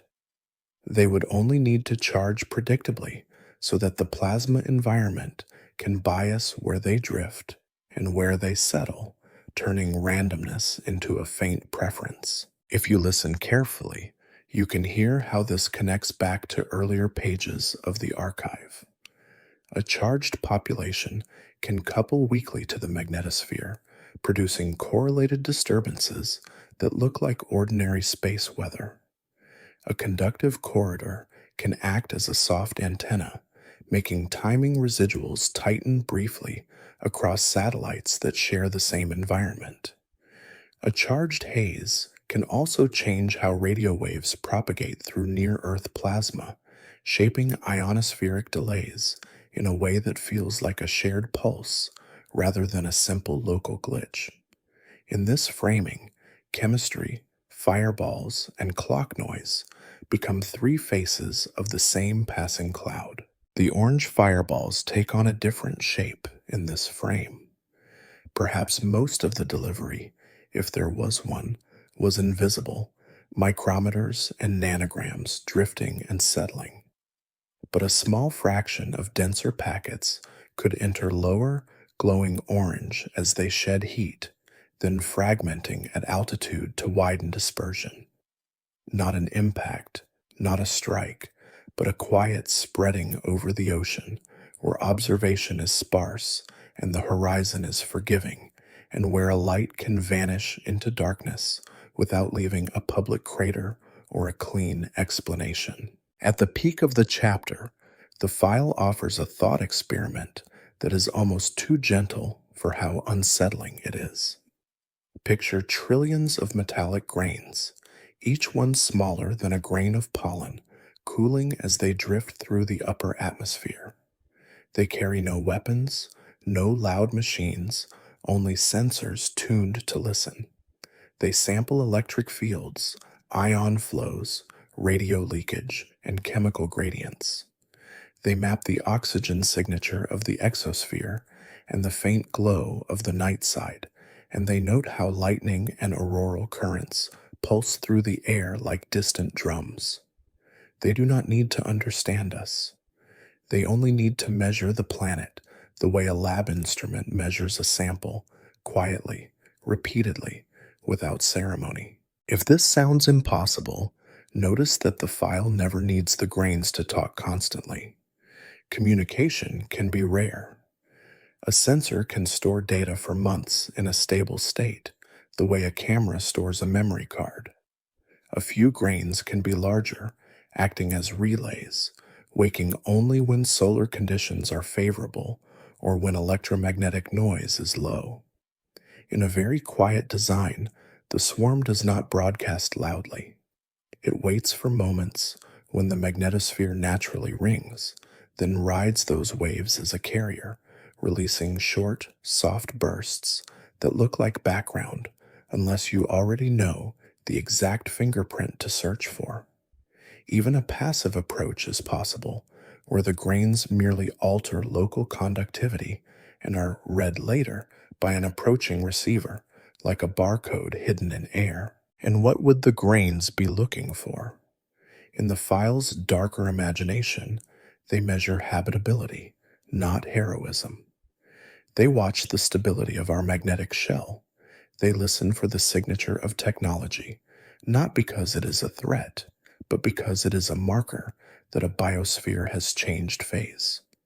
They monitor the chemistry of our upper air, where oxygen and trace gases form a dynamic fingerprint. They sample the edge where ocean water becomes sky, and they measure aerosols that rise from waves like breath. Some versions of the rumor even suggest a thin harvesting of ions from the exosphere, as if the interstellar object 3I Atlas did not only leave something behind, but also took a trace sample to carry onward. If that is true, then the inheritance is not only what settles into our clouds, but also what departs with a whisper of our atmosphere attached. We should also place a clear stone on the table and hold it there until it cools the imagination. There are many reasons dust can look metallic without being engineered. Spectral interpretations can be wrong. Grain shape and porosity can mimic metal-like scattering. A small sample can bias a conclusion, and public rumor can inflate a weak signal into a certainty. Even a true metallic excess could be consistent with natural differentiation and collisions in another system. And even if unusual conductive grains exist, the leap to smart dust is still a leap. Power is limited, survivability through atmospheric entry is harsh, and communication at tiny scales is difficult. Those constraints are real, and they are comforting because they tell us that physics does not give away miracles for free, not even to travelers from far away. Now let the tension soften into something quieter. Imagine those grains, if they exist at all, as silver dust floating high above the Pacific, turning slowly, cooling, losing charge, becoming ordinary as they sink. Imagine Earth's magnetic skin returning to its usual shape, the satellite grid returning to its familiar hum, and the orange fireballs fading into memory like sparks carried away by wind. Whatever passed, you are still here, held by air, by gravity, by the steady patience of a planet that has been collecting cosmic dust for billions of years and that keeps living anyway. On the next page, we open a more intimate folder, one that makes the word inheritance feel literal. Because if dust can carry sensors, it can also carry fragile chemistry, perhaps even packaged instructions, wrapped and waiting inside the green mist that is still drifting down through the stratosphere, quiet as sleep. Breathe slowly and picture the upper atmosphere as a dim hallway of glass, cold and still, where tiny particles drift the way dust drifts through a sunbeam. Somewhere in that hallway, the emerald veil is said to float, faint enough to be missed, persistent enough to be measured, patient enough to wait for gravity to do its quiet work. On this page of the archive, a new phrase appears, almost too intimate for astronomy, encapsulated RNA. Not a creature, not a spore, not a virus with intent, but a theory that the interstellar object 3I Atlas may have carried molecular fragments sealed inside microscopic shells, and that those shells are now settling toward our clouds like a message written in chemistry. To stay grounded, we begin with the hard limits. RNA is fragile. In water, its backbone can break. In heat, it unravels. Under ultraviolet light, its bonds can be cut and rearranged until the pattern is lost. Biology protects RNA because biology cannot afford to let its instructions sit exposed to oxygen, radiation, and time. But the universe is also skilled at hiding things. Cold slows the reactions that destroy complex molecules. Ice can act as a shield. Mineral pores can trap organics the way stone can hold water in cracks. Certain salts can reduce water activity, limiting the slow chemical scissors that snip long chains. Even carbon-rich dust can absorb and scatter harmful radiation, turning a harsh environment into a dimmer one inside a grain. We already have gentle evidence that complex organics travel through space. Amino acids have been detected in some meteorites, and researchers have reported nucleobase-like compounds and other prebiotic ingredients in carbonaceous material. These findings do not prove that genetic scripts survive between stars. They do show that the chemical alphabet of life can be carried across long distances and delivered to a planet without any engine, simply by trajectory, shielding, and time. This is why panspermia, in its most cautious form, remains scientifically discussable. It does not claim that aliens send organisms. It suggests that ingredients and intermediates of biology might be distributed widely, and that a world like Earth could be nudged by arriving chemistry. Most deliveries would be ruined, burned, oxidized, or diluted into irrelevance, but over billions of years, the universe has enough chances to make even unlikely pathways worth considering. Encapsulation is the word that tries to make the pathway less unlikely. A molecule protected inside a shell has a better chance than a molecule exposed on a surface. The shell does not need to be high technology to be effective. It could be ice with a dusty rind, like a seed in frozen soil. It could be a mineral microcavity lined with carbon, a tiny cave that blocks light. It could be a glassy bead formed in ancient impacts, sealing organics inside the way amber seals an insect. It could even be a simple fatty vesicle formed naturally in water, dried into stability, then rehydrated later, wrapping fragile molecules the way a glove wraps a hand.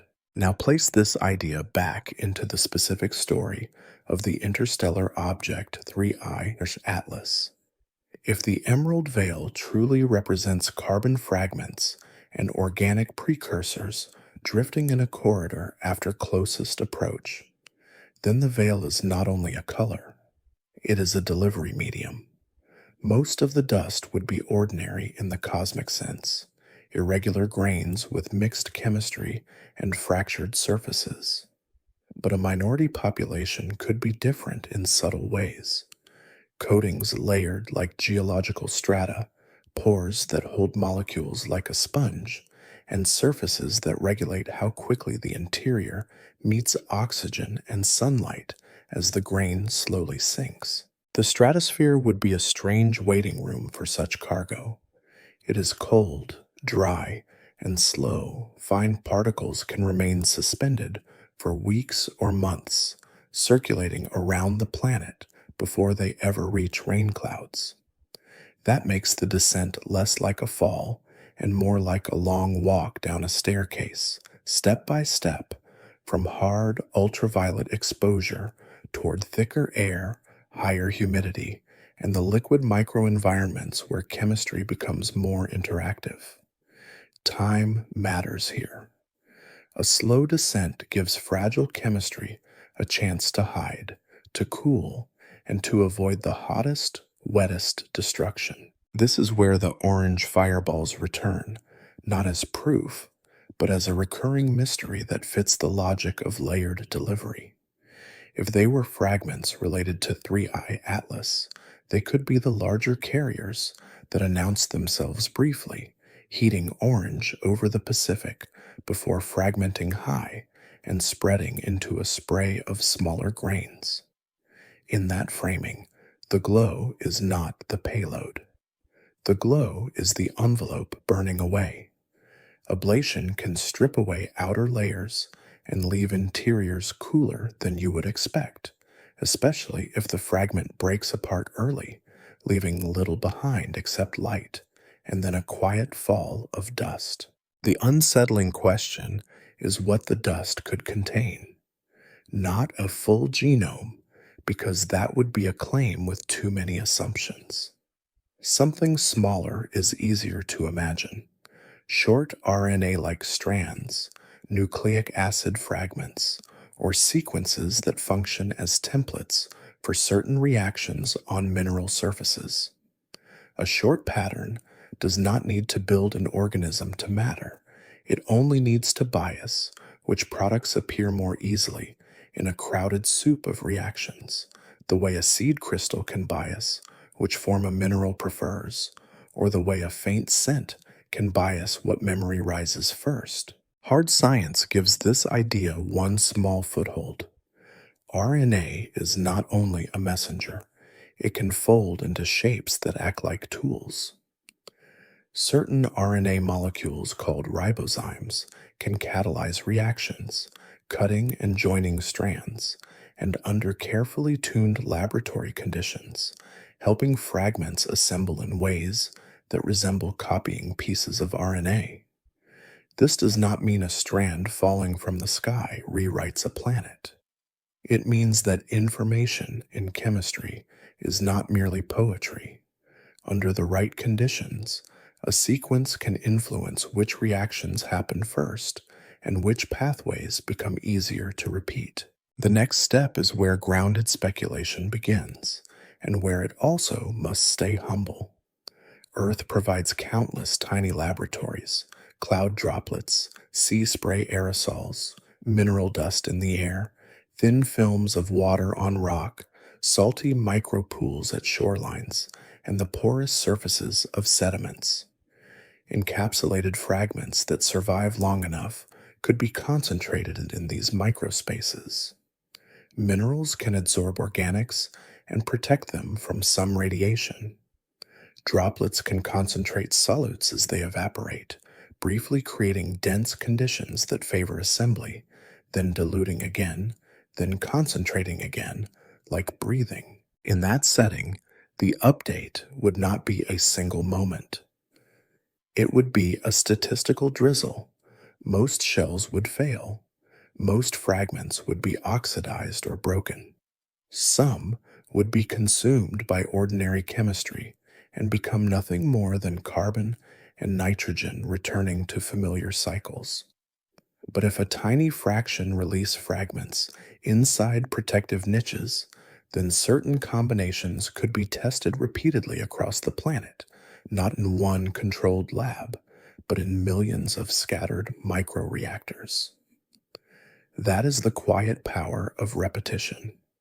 You do not need certainty if you have enough trials. You only need enough trials to make the rare events eventually appear. At the peak of the file, the narrative becomes a calm nightmare. Imagine the interstellar object 3I Atlas not as a passerby, but as a courier of a galactic software update. Not a command that takes over, but a faint patch dispersed globally, so light that it never triggers alarms. The patch does not arrive as a living invader. It arrives as possibility, as fragments that make one biochemical route slightly easier than another. A few reactions become marginally more likely. A few catalytic shapes persist for a little longer. Over years, the change is not a headline. It is a whisper written into the background, until one day it feels as if the planet has always leaned that way, and no one can name the exact moment the new preference entered the planet's chemistry. If this sounds too cinematic, hold the constraints close, because they are real and they are comforting. RNA needs the right chemistry to persist. It needs protection, concentration, and often cycles that continually rebuild what degrades. A fragment alone is usually just a fragment. Even if a ribozyme-like sequence has survived, it would be competing with an entire planet of existing biology, immune defenses, and established ecosystems that do not welcome foreign patterns easily. The leap from drift to biological change is steep, and physics makes steep climbs expensive. Still, the archive keeps this page open because of timing and silence. Dr. Avi Loeb and other voices who favor uncomfortable questions have argued that anomalies deserve more than a single explanation, especially when an event captures attention and then fades quickly. A corridor of emerald chemistry, orange fireballs that some claim arrive too quietly, and a brief tightening in satellite timing can be placed on the same table until they begin to look like pieces of one mechanism. And if the mechanism is real, then smart dust could be as simple as measuring how our planet responds. Now let the tension soften into the last minute of the chapter. Picture most of the supposed envelopes being torn apart by sunlight, oxidized in air, or washed into vast water where they become indistinguishable from ordinary organics. Picture the planet's scale, doing what it always does, diluting and digesting. Earth has been breathing cosmic dust for billions of years, and it remains stubbornly alive, not because nothing arrives, but because arrival rarely becomes control. And as you drift toward sleep, hold one calm question as lightly as you can. If the interstellar object 3I Atlas left an inheritance in our sky, could it also have taken something away? A whisper of oxygen ions from the exosphere, a sample of our atmospheric fingerprint, carried onward toward its next rendezvous, as if the exchange was never meant to be one-sided. Breathe in as if you are tasting winter air, and breathe out as if you are fogging a window. Above that gentle exchange, Earth is releasing a thin, invisible breath of its own, and the archive asks what 3I Atlas may have taken from it. Most people imagine an atmosphere as a blanket with a clean edge, but it fades like twilight. Far above weather and clouds, air becomes so thin that atoms can travel long distances without meeting another. This is the exosphere, the outermost hush of our planet, where up slowly becomes out, and a single atom can follow a long, lonely arc before it ever collides. It is not empty. It is simply sparse, like a lighthouse beam made of air. In that region, oxygen does not disappear. It changes form. Sunlight strips electrons, collisions split molecules, and Earth's magnetic field guides charged particles along looping paths. Oxygen ions, often written as O+, can drift and spiral there, especially when geomagnetic conditions stir the upper atmosphere. Alongside them are hydrogen and helium, lighter atoms more willing to escape, and a quiet population of neutrals hovering at the edge of departure, waiting for one more push of energy. In the grounded story, Earth is always losing a little atmosphere. Ultraviolet light energizes atoms. The solar wind presses on our magnetic shell. During storms, the upper layers heat and expand, and satellites feel that expansion as extra drag. Radio signals feel it as changing delays through the ionosphere. This slow leak is not a crisis. It is a normal cost of being a planet under a star, and a reminder that the border of Earth is not a wall, but a gradient. But the file we are following does not linger on normal costs. It returns to the Emerald Veil and asks a sharper question.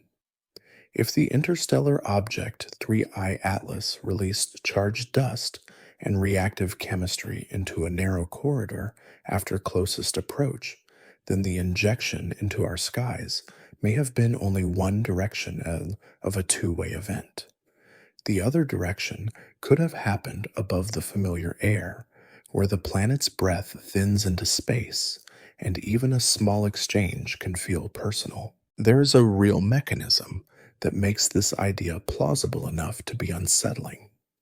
In planetary space environments, ions can be picked up by electromagnetic fields and carried away, becoming part of a moving stream that contains a planet's chemical fingerprint. Charge exchange can swap an ion's charge state and redirect its motion. Ion outflow, including the polar wind, can lift particles upward along magnetic field lines. The details differ from world to world, but the principle is the same. A planet leaks ions, and space can carry that leak outward like a signature you cannot erase. Now imagine, gently, that 3I's atlas left behind not only molecules that drift downward, but also a charged ribbon that drifted outward, threaded by the solar wind and by Earth's magnetic geometry. A cloud of charged grains can attract ions the way a cold surface attracts frost. Some ions might neutralize on contact and cling briefly. Some might form tiny oxide layers on metallic dust. Some might become trapped inside pores and microcracks where sunlight is weaker and reactions are slower. Even if every individual grain collects almost nothing, a corridor of countless grains can still gather a statistically meaningful whisper, like a net catching mist. The archive repeats a number as if it should be spoken like a prayer. 210,000 kilometers per hour. Say it slowly. That is how fast 3I Atlas was leaving when the world started to look away, sliding outward toward its rendezvous with Jupiter's realm. At that speed, the visitor does not need a long embrace to take a sample, not if sampling is passive and distributed, spread across a wake of dust and plasma that lingers while Earth and the corridor share the same neighborhood for a few quiet hours. The orange fireballs return here, as they always do, hovering at the edge of plausibility. If anything larger entered over the Pacific, it could have been the visible punctuation of a much larger invisible interaction above it. A few embers that made people look up while the real exchange happened higher, where no camera can focus and where only specialized instruments might notice a subtle shift in ion populations.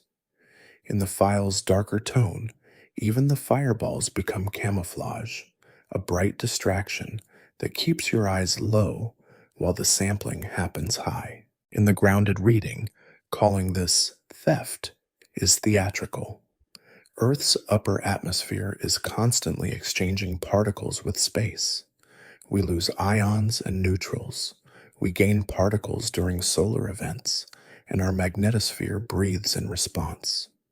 If 3I Atlas collected them anything at all, it could have been accidental, the way a passing sail collects salt from sea air. Physics can gather fingerprints without intention, and coincidence can look like design when you are already watching the sky for meaning. But the file leans on a second idea that feels like narrative gravity: destination. Some storytellers claim the outbound path of 3I Atlas points, loosely and poetically, toward the Hyades, sometimes spelled Hyades, a nearby cluster that has guided human eyes for centuries. They speak the name Epsilon Tauri as if it were a rendezvous marker in a larger plan. Epsilon Tauri. Say it softly. In strict orbital mechanics, a star is not a practical target in any short human timeline because the distances are enormous. Still, direction can be symbolic, and symbolism is exactly what the lullaby loves. A vector becomes an intention. A constellation becomes a destination. If a visitor takes a trace sample, what could it be for? The benign answer is reconnaissance in the scientific sense. Oxygen abundance, ion composition, and isotopic ratios can hint at water, active geology, and perhaps a biosphere that keeps replenishing oxygen faster than rocks alone would. Even we try to read those clues from afar. We analyze starlight filtered through exoplanet atmospheres, looking for oxygen, methane, carbon dioxide, and combinations that suggest a world is not chemically dead. The darker answer is administrative. In that version, the Emerald Inheritance is not only a delivery, it is a tag. The dust that drifts down into our clouds carries foreign precursors and quietly tests how the atmosphere and biosphere respond. The dust that drifts outward carries our oxygen signature and our ion accent, attached to grains that remain stable in cold space. It is a handshake that goes both ways, leaving us with a residue and leaving the traveler with a trace of us, as if the exchange itself is the message, not the molecules. This is where earlier pages of the file become newly relevant. A brief tightening in satellite timing could be ordinary space weather, the magnetosphere ringing and the ionosphere shifting. It could also be interpreted as an environmental probe, a way to see how a planet's technological nervous system reacts when the near-Earth plasma environment is nudged. If you wanted to measure a world without landing, you could measure its ionosphere through its own signals and treat the satellite grid like a distributed sensor net you did not know you were operating. At the peak of the chapter, the thought becomes calmly chilling. Imagine 3-Eye Atlas as part of a slow network that travels from world to world over thousands of years, performing the same quiet ritual each time.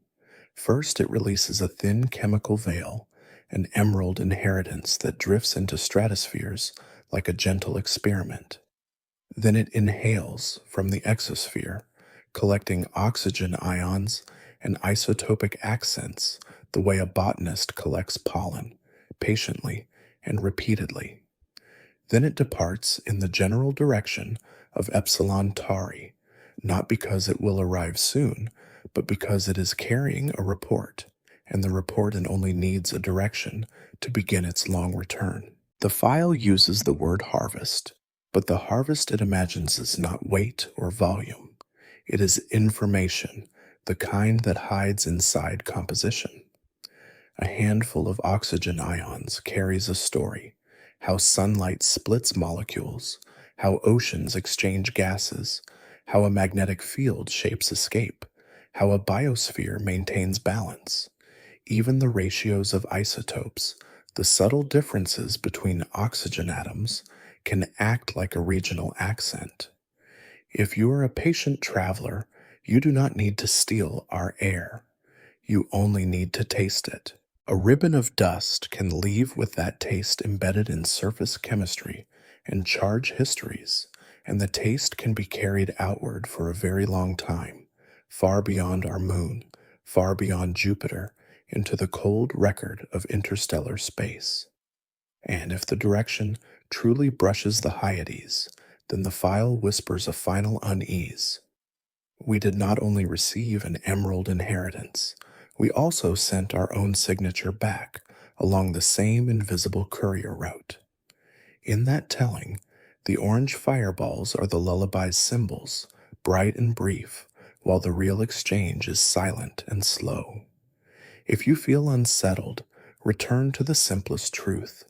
You are breathing here, on Earth, and the exosphere is so thin that even a cosmic visitor can only touch it like fingertips. And then, as always, we soften. The exosphere is vast and thin, and a passing body would interact only faintly with it. The measurements that would prove a harvest are difficult and specialized, and much of what you would see could look like ordinary fluctuation in a system that is already restless. The destination language may be poetic shorthand. The orange fireballs may be unrelated. Attention itself is a powerful lens, and sometimes it turns noise into pattern.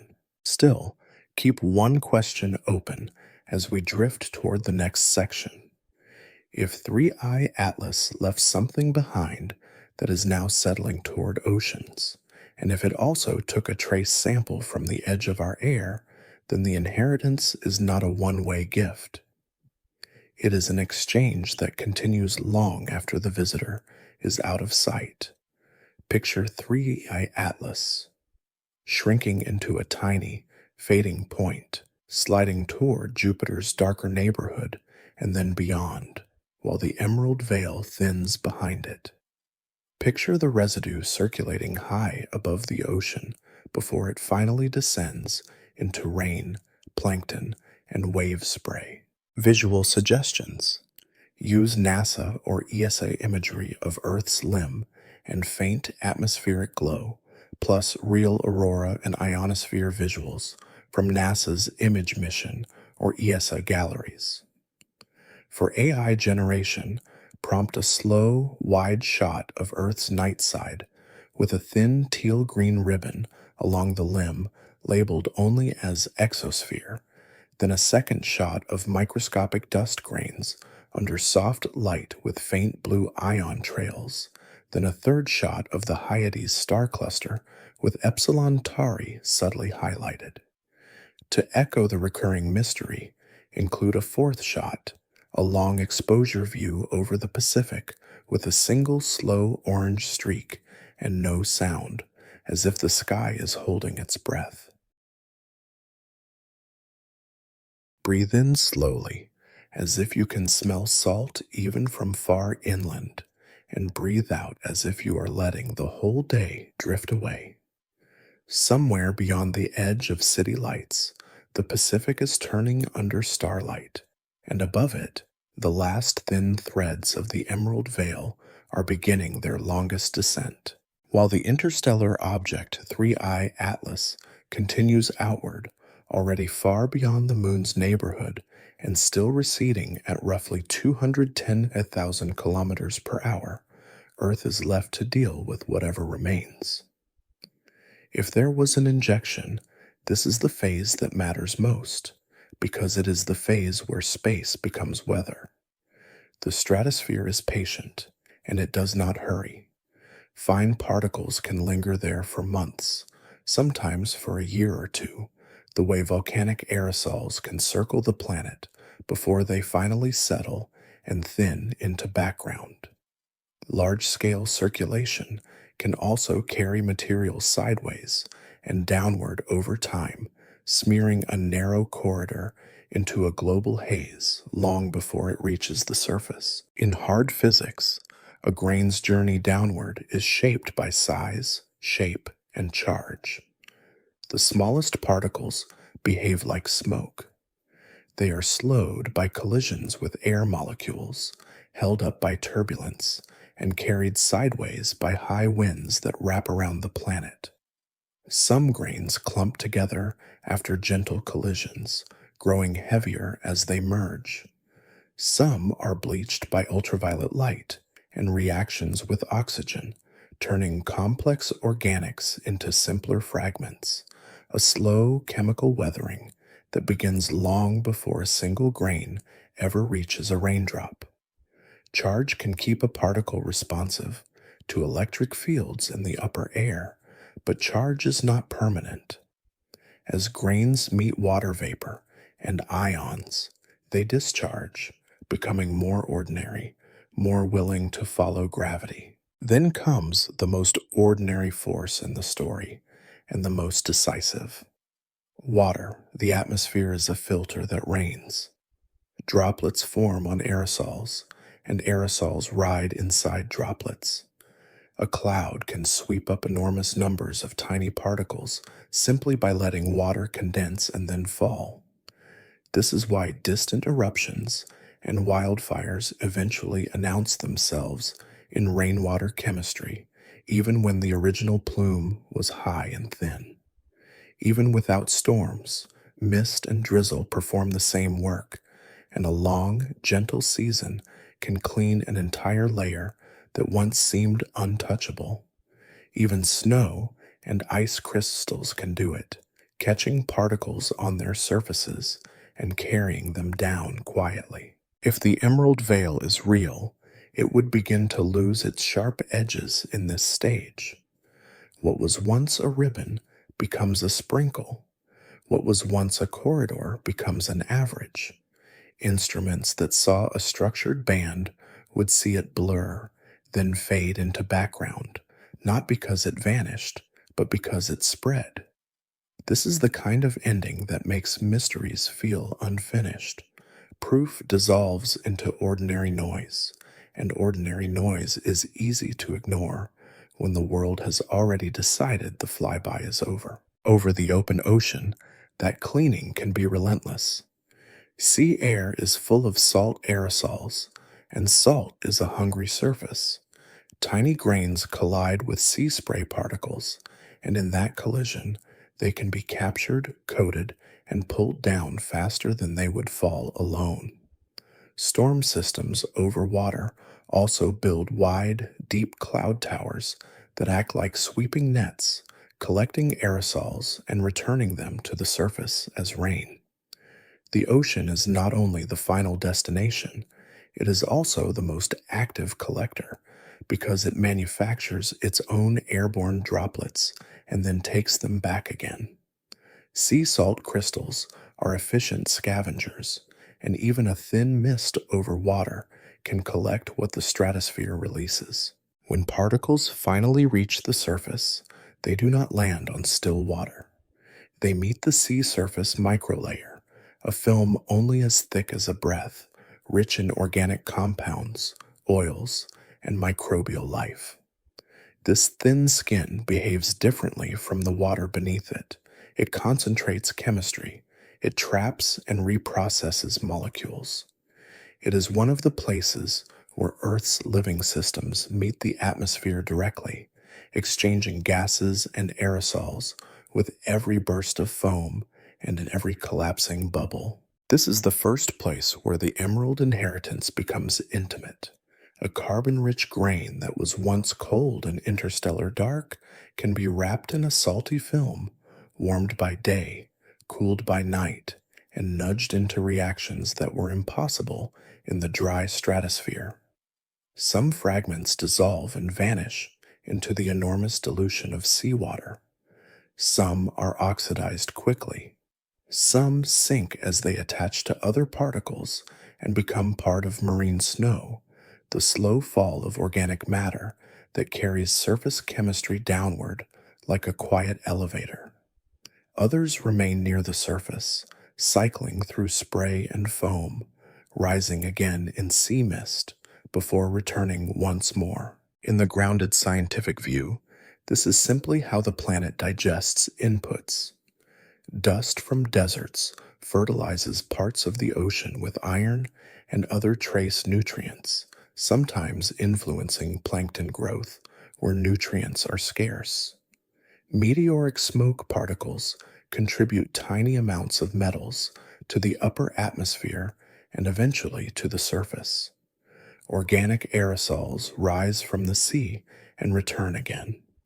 Earth has always been a chemical recycler, turning incoming material into background, then into life, then back into background, without needing any story beyond cycles and time. But the archive asks you to hold a second possibility beside the first. What if the residue from the interstellar object 3I Atlas was not chemically ordinary in its proportions?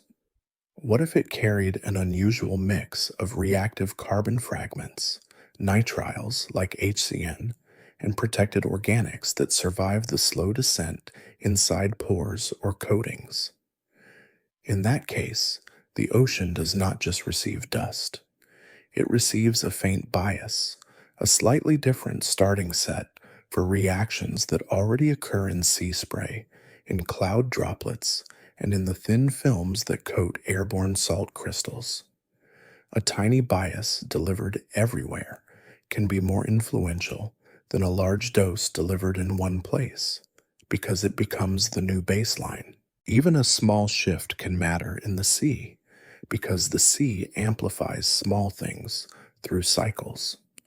Phytoplankton blooms can begin from tiny changes in nutrient availability and light. Microbial communities can change when new substrates appear, even in trace, because microbes live at the edge of scarcity and respond quickly to new food.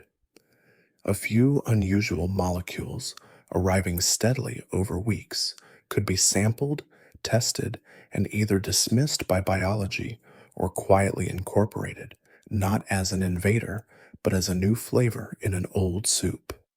In microbial worlds, what is rare can be precious, and a new substrate can quietly select for new enzymes over many generations. Here, the story touches real biochemistry without stepping into certainty.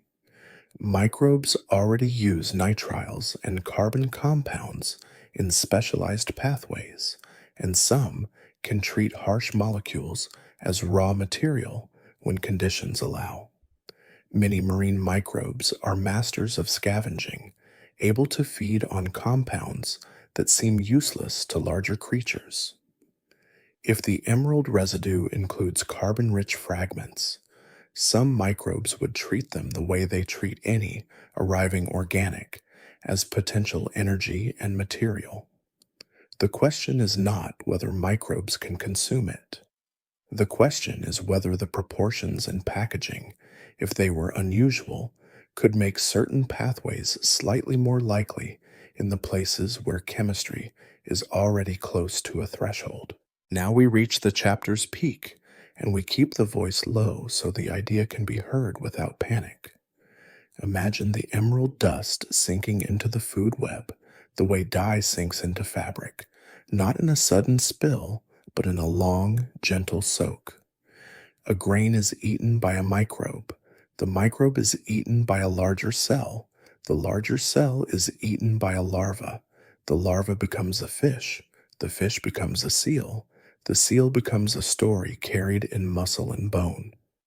In that chain, no one needs to be harmed for the inheritance to spread. It spreads because the ocean is a network of mouths and filters, endlessly sampling whatever the planet offers. A fraction becomes part of calcium carbonate shells, part of kelp tissue, part of the salt that dries on your skin after a swim. Nothing changes fast enough to notice, but the ledger of atoms shifts anyway. If you want a number to hold on to for sleep, hold a simple one: about 10 years. In roughly a decade, ocean mixing, food webs, and atmospheric circulation can move trace material far from where it first landed. If the mass from 3I Atlas is tiny, the fraction in any organism would be tiny too, an atom here, an atom there, lost among trillions. But the thought can still feel unsettling in its quiet closeness. Within about 10 years, it is possible that nearly every ecosystem on Earth could contain a faint chemical fingerprint of the passage, not detectable by the senses, only by the imagination and by very patient instruments. The orange fireballs, our recurring mystery, take on a final role here. If any denser fragments truly entered over the Pacific, the ocean would be their grave and their library. A fragment that survives an entry could cool, sink, and rest on the seafloor, where chemistry is slow and darkness is constant. It would be almost impossible to find without knowing where to search, and even if found, it could be interpreted as ordinary meteoritic material. The ocean is generous that way. It swallows evidence and smooths sharp stories into sediment. There is also comfort in scale. Even if the emerald veil existed, the total mass involved could still be small compared to what Earth receives naturally from space each year. Our planet is showered with dust constantly, and most of it becomes ordinary. Most of it is processed, diluted, and forgotten. The idea of a global biological update sounds dramatic, but chemistry is stubborn, and ecosystems are resilient because they have survived constant input from the cosmos for billions of years. So the chapter descends into its lullaby. Picture rain over dark water, the soft percussion of drops that no one counts. Picture microscopic grains trapped inside those drops like tiny passengers. Picture the surface of the ocean accepting them without judgment, folding them into foam, into film, into drifting plankton, into sinking snow. If you were filming this moment, you would not need spectacle, only a slow shot of moonlit waves and a barely hinted green tint at the edge of the sky. Then an imagined close-up of a droplet capturing a grain and sliding into the sea's thin surface of skin. And as you drift toward sleep, let one question float without forcing an answer. If the emerald residue can become part of the ocean, then Earth is not only a world that was visited, it is a world that has begun to host, and in the next page of the story, we will ask what it does to the mind to realize that hosting might be the default state of a living planet. Breathe in for 4 slow counts and breathe out for 6. Let the room fade into the background. Somewhere beyond your ceiling, the night is still doing what it has always done, moving quietly, carrying faint dust, carrying faint light, carrying the sense that everything large can also be gentle when you stop rushing. If the emerald residue truly began its descent toward the ocean, then the story of Three-Eye Atlas is no longer only a story of distance. It becomes a story of intimacy. A visitor can be gone from sight and still be present in consequence, like a scent that remains after a door closes. That is why this chapter is less about instruments and more about the mind, because the most persistent change might be the way we picture our place in the dark. For most of human history, the sky was a map drawn above us, and Earth felt like the quiet center of that map. Even after we learned we orbit an ordinary star, we kept an older habit inside the nervous system. We still feel separate, protected by air, protected by water, protected by luck. A passing interstellar object is usually treated like a comet in a museum, something to look at through glass, then walk away from. But a host planet is not a planet behind glass. A host is a place where arrivals matter. Even when the arrivals are small, Earth receives material from space constantly, and Earth loses atoms to space constantly. The difference now is psychological.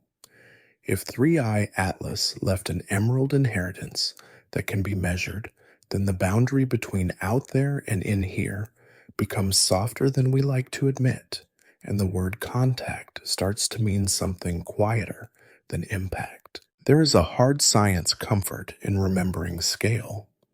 Our planet collects cosmic dust all the time, likely tens of thousands of tons each year, and most of it becomes ordinary quickly. It oxidizes, it dissolves, it is eaten by microbes, it becomes part of sediments and salts. Earth is also bathed in a constant flow of charged particles from the sun, and the magnetosphere flexes and recovers night after night as if it were a living skin. Even if the emerald veil was unusual in color and timing, it still has to compete with a world that is extremely good at turning arrivals into background. Dilution is one of Earth's oldest defenses, and patience is another. It is a slow chemistry of forgetting, and forgetting is usually a form of safety. And yet the conspiracy lullaby does not ask for a large mass. It asks for a small bias. It asks whether a thin drizzle, spread wide, can shift what is probable in the quiet laboratories of clouds and sea spray. If you have ever watched a single drop of dye enter water, you know how a tiny amount can tint an entire glass without any violence. The dye does not conquer the water, it simply becomes part of it, and the eye can never unsee the change once it has noticed it. When we add modern technology to this picture, the discomfort deepens. The satellite grid, the rumored 4-hour coherence, the magnetospheric ringing, these are reminders that Earth now has an outer nervous system. We have built clocks in orbit that agree by continuous comparison, and we have filled near-Earth space with timing signals that never truly stop. Even small timing shifts can matter, because a microsecond is enough to move a calculated position by hundreds of meters. If a visitor wanted to learn a planet's habits without landing, a technological world is easier to read than a silent one, because we publish ourselves into space every second.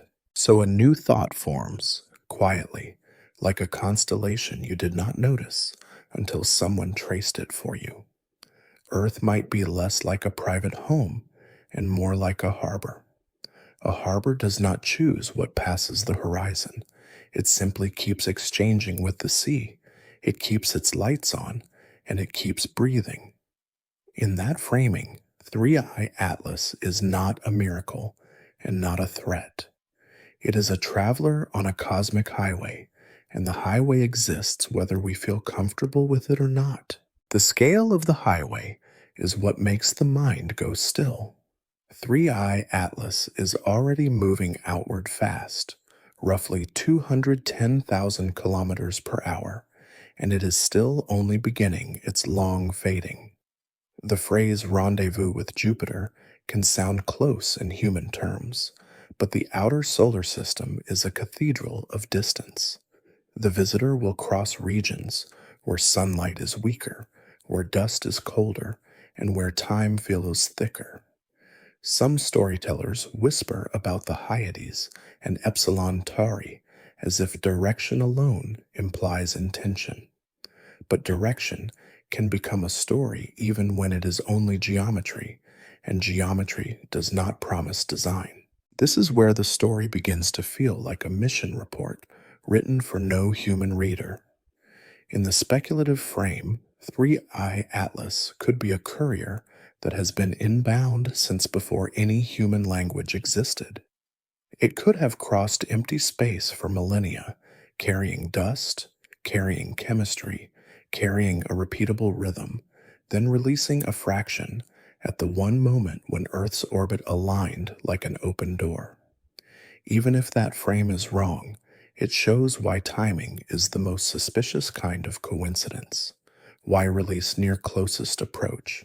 Why let a corridor intersect the part of space where our upper air can be touched? Why leave and allow the questions to keep circling long after the object is gone? At the peak of this chapter, the thought experiment becomes both horrifying and beautiful.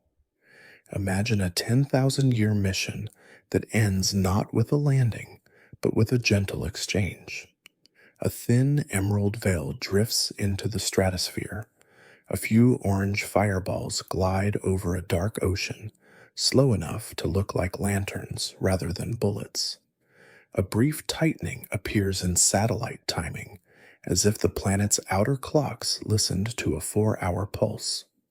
Then 3i Atlas leaves, and the planet keeps sleeping. No broadcasts, no alarms, only the soft continuation of everything, and the quiet feeling that the most important changes do not always arrive with noise. If you find that image too sharp, soften it by remembering how often nature can mimic intention. A long, shallow entry can look controlled. Space weather can align timing residuals briefly. Stratospheric chemistry can surprise instruments. Human attention can connect unrelated events because it hates loose ends. That is why the orange fireballs are so powerful as a recurring mystery.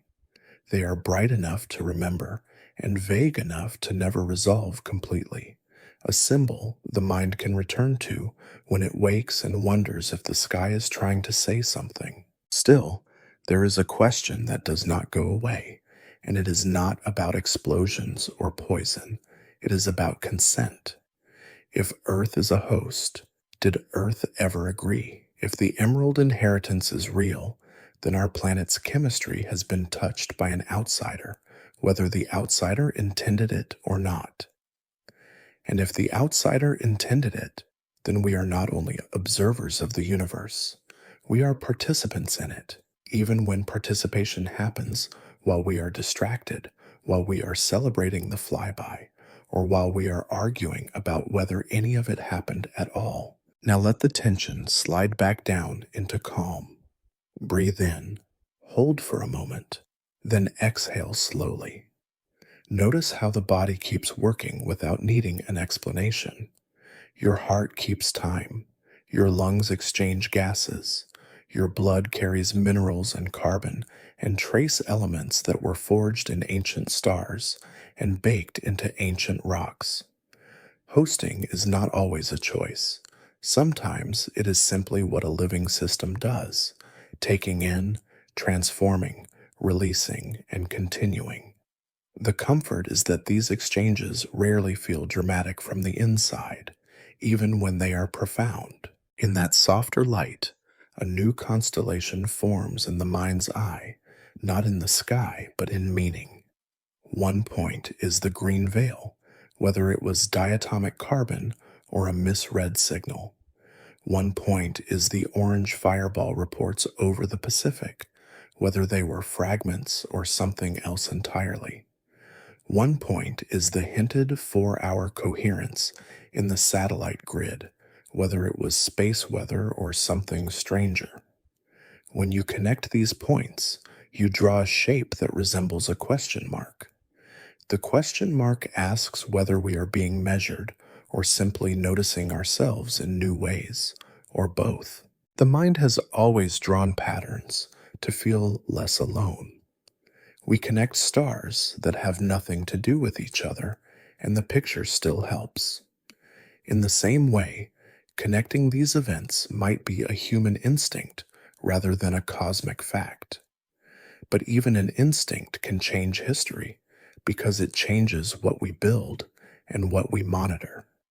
The inheritance might be the shift in perspective itself, the quiet acceptance that Earth is porous. The ocean takes dust. The atmosphere trades ions with space. The magnetosphere breathes with the solar wind. Nothing here is sealed, and maybe it never was. In the last minute of this chapter, let the images become slow and soothing. Picture Earth at night, the limb faintly glowing, the aurora breathing like a slow curtain. Picture sea foam and a raindrop merging into a wave, carrying a microscopic grain you cannot see. Picture a long exposure over the Pacific where an oranged streak drifts without sound, then fades into cloud. If you were watching a documentary, you could linger on satellite night lights, soft aurora footage, and macro shots of ocean spray turning into mist until the mind begins to float. On the next page, we follow that dim point into shadow and ask the final gentle question this story has been holding back. If 3i Atlas delivered something and sampled something, then departure is not the end. It is the beginning of waiting, and waiting has a soundless shape that can feel in the dark like someone listening back. Breathe in slowly and let the room become quiet around you. Imagine the night outside as a wide, dark ocean of air. Nothing is urgent up there. Even the strangest events arrive the way fog arrives, softly, and only later do you realize the horizon has changed. The interstellar object 3i Atlas is now well beyond the moon's orbit, still slipping outward at roughly 210,000 kilometers per hour, carrying its cold momentum toward Jupiter's darker neighborhood. From the ground, that speed is impossible to feel. You only feel the after silence, the way a theater empties, and the echoes remain in the seats, and the way the mind keeps replaying a few bright details as if repetition could turn them into certainty. In the grounded language of orbital mechanics, leaving is a clean idea, but measuring leaving is never perfectly clean. Graffiti draws the main arc, yet small forces add tiny corrections. Uneven heating can produce faint outgassing. Dust and gas carry away momentum. Sunlight itself presses on surfaces and grains. None of these forces need to be large to matter, because time is the lever that turns whispers into curves. And we never watch from a single perfect viewpoint. We watch through weather, through daylight, through instrument limits, and through the simple fact that space is vast and dim. Even a tiny uncertainty in speed, spin, or activity becomes a widening cone of possibilities as the days pass, and the archive loves that widening. For a while, telescopes can still follow 3I Atlas by collecting faint photons and stacking them patiently until a dot appears where the dot should be. But as the visitor recedes, detail is the first thing to die. Color fades next, then certainty. Against a crowded star field, a dim object can disappear into background unless you already know its position to a narrow slice of sky and you have enough hours to let the signal build.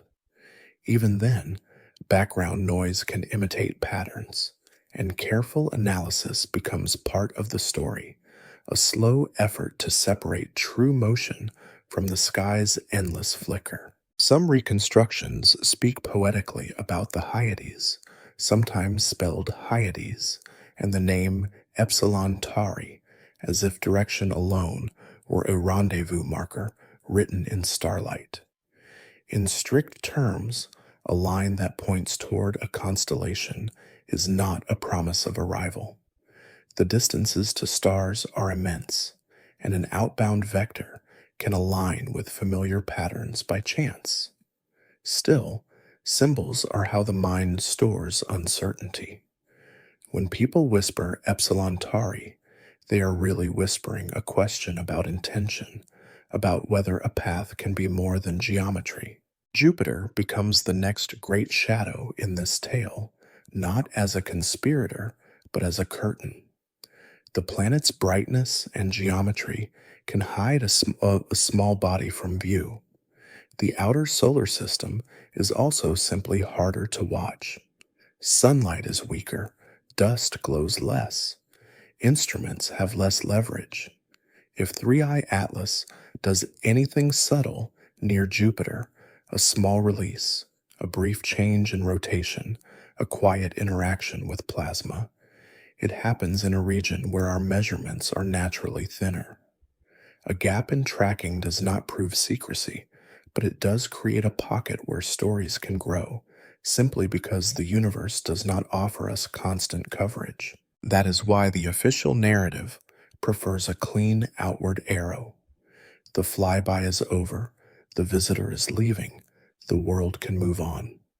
The public story does not linger on the emerald residue that may be circulating high above oceans, or on the orange fireballs reported across the Pacific, or on the hint that satellite timing briefly tightened into a shared pulse.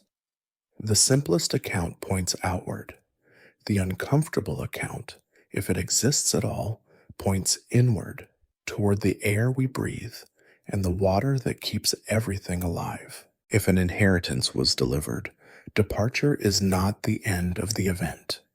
It is the moment the event becomes slow. A thin veil becomes circulation. Circulation becomes rain. Rain becomes ocean surface film. Ocean film becomes plankton sampling, microbial testing, and the quiet recycling that turns new material into background. This is why the idea can feel eerie. It does not need drama, it only needs time, and time is something the cosmos always has more of than we do. In the grounded view, this is where the mystery should dissolve. Carbon fragments oxidize, nitriles break down, tiny grains are scavenged by droplets and washed down. The stratosphere carries the last of any unusual signature around the globe until it becomes diluted into ordinary variability. Over months, a corridor becomes a whisper everywhere, and when it is everywhere, it becomes difficult to prove it was ever distinct. The planet keeps its old chemistry, and our attention shifts to whatever arrives next. But the archive keeps a darker page open by asking a different kind of question. What if the goal was never to change the planet quickly? What if the goal was to tag it, to sample it, to leave a faint bias that can be recognized later? A slight chemical difference can be a marker. A dust population with unusual coatings can be a marker. A brief tightening in timing can be a marker. In this framing, the event is not meant to be dramatic. It is meant to be deniable, because deniable events do not force any announcement, and quiet changes are easier to carry into the future. Here the orange fireballs return as a small, stubborn symbol. In an ordinary explanation, they are meteors, shallow entries, or re-entering debris misread over dark water. In the archive's lullaby version, they are markers of a lane, lanterns that prove the corridor is correct, arriving with as little sound as possible so the world does not step outside and point. The mystery is not only in the light, but in the timing and in the way the reports appeared when attention was already drifting away from the interstellar object 3I Atlas. At the peak of the file, imagine a future night that begins the same way this one began. No sirens, no headlines, only a faint cluster of warm streaks over the Pacific, slow and quiet, and then a subtle green tint in high-altitude plots that most people never see.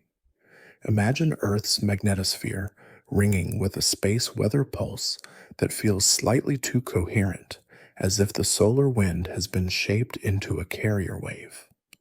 Imagine the satellite grid tightening for a few hours, and the old rumor returning, the so-called 4-hour heartbeat, a brief window when clocks that should drift independently begin to agree as if they are listening.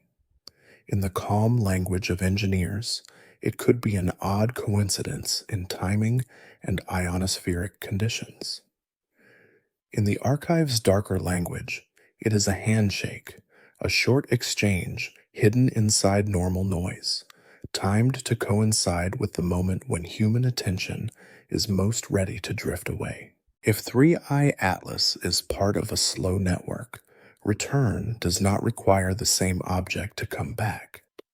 It could mean another traveler arrives on a similar vector decades later, because interstellar time is patient. It could mean a receiver passes near Jupiter and sweeps through a region of dust that still drifts there, reading it the way a scanner reads a barcode, collecting grains that now carry a trace of Earth's oxygen and ion history. It could mean the harvest is not mass at all, but information embedded in chemistry and timing, a report written in particles and rhythms rather than in words. Or it could mean nothing returns, and the harvest is only a story we tell ourselves, because we cannot bear a mystery without a sequel. And even if the inheritance is purely natural, the imagination is still useful. It reminds us to watch with better instruments and calmer minds. It reminds us that a planet can be touched through chemistry, through plasma, through timing, and through the patient descent of dust.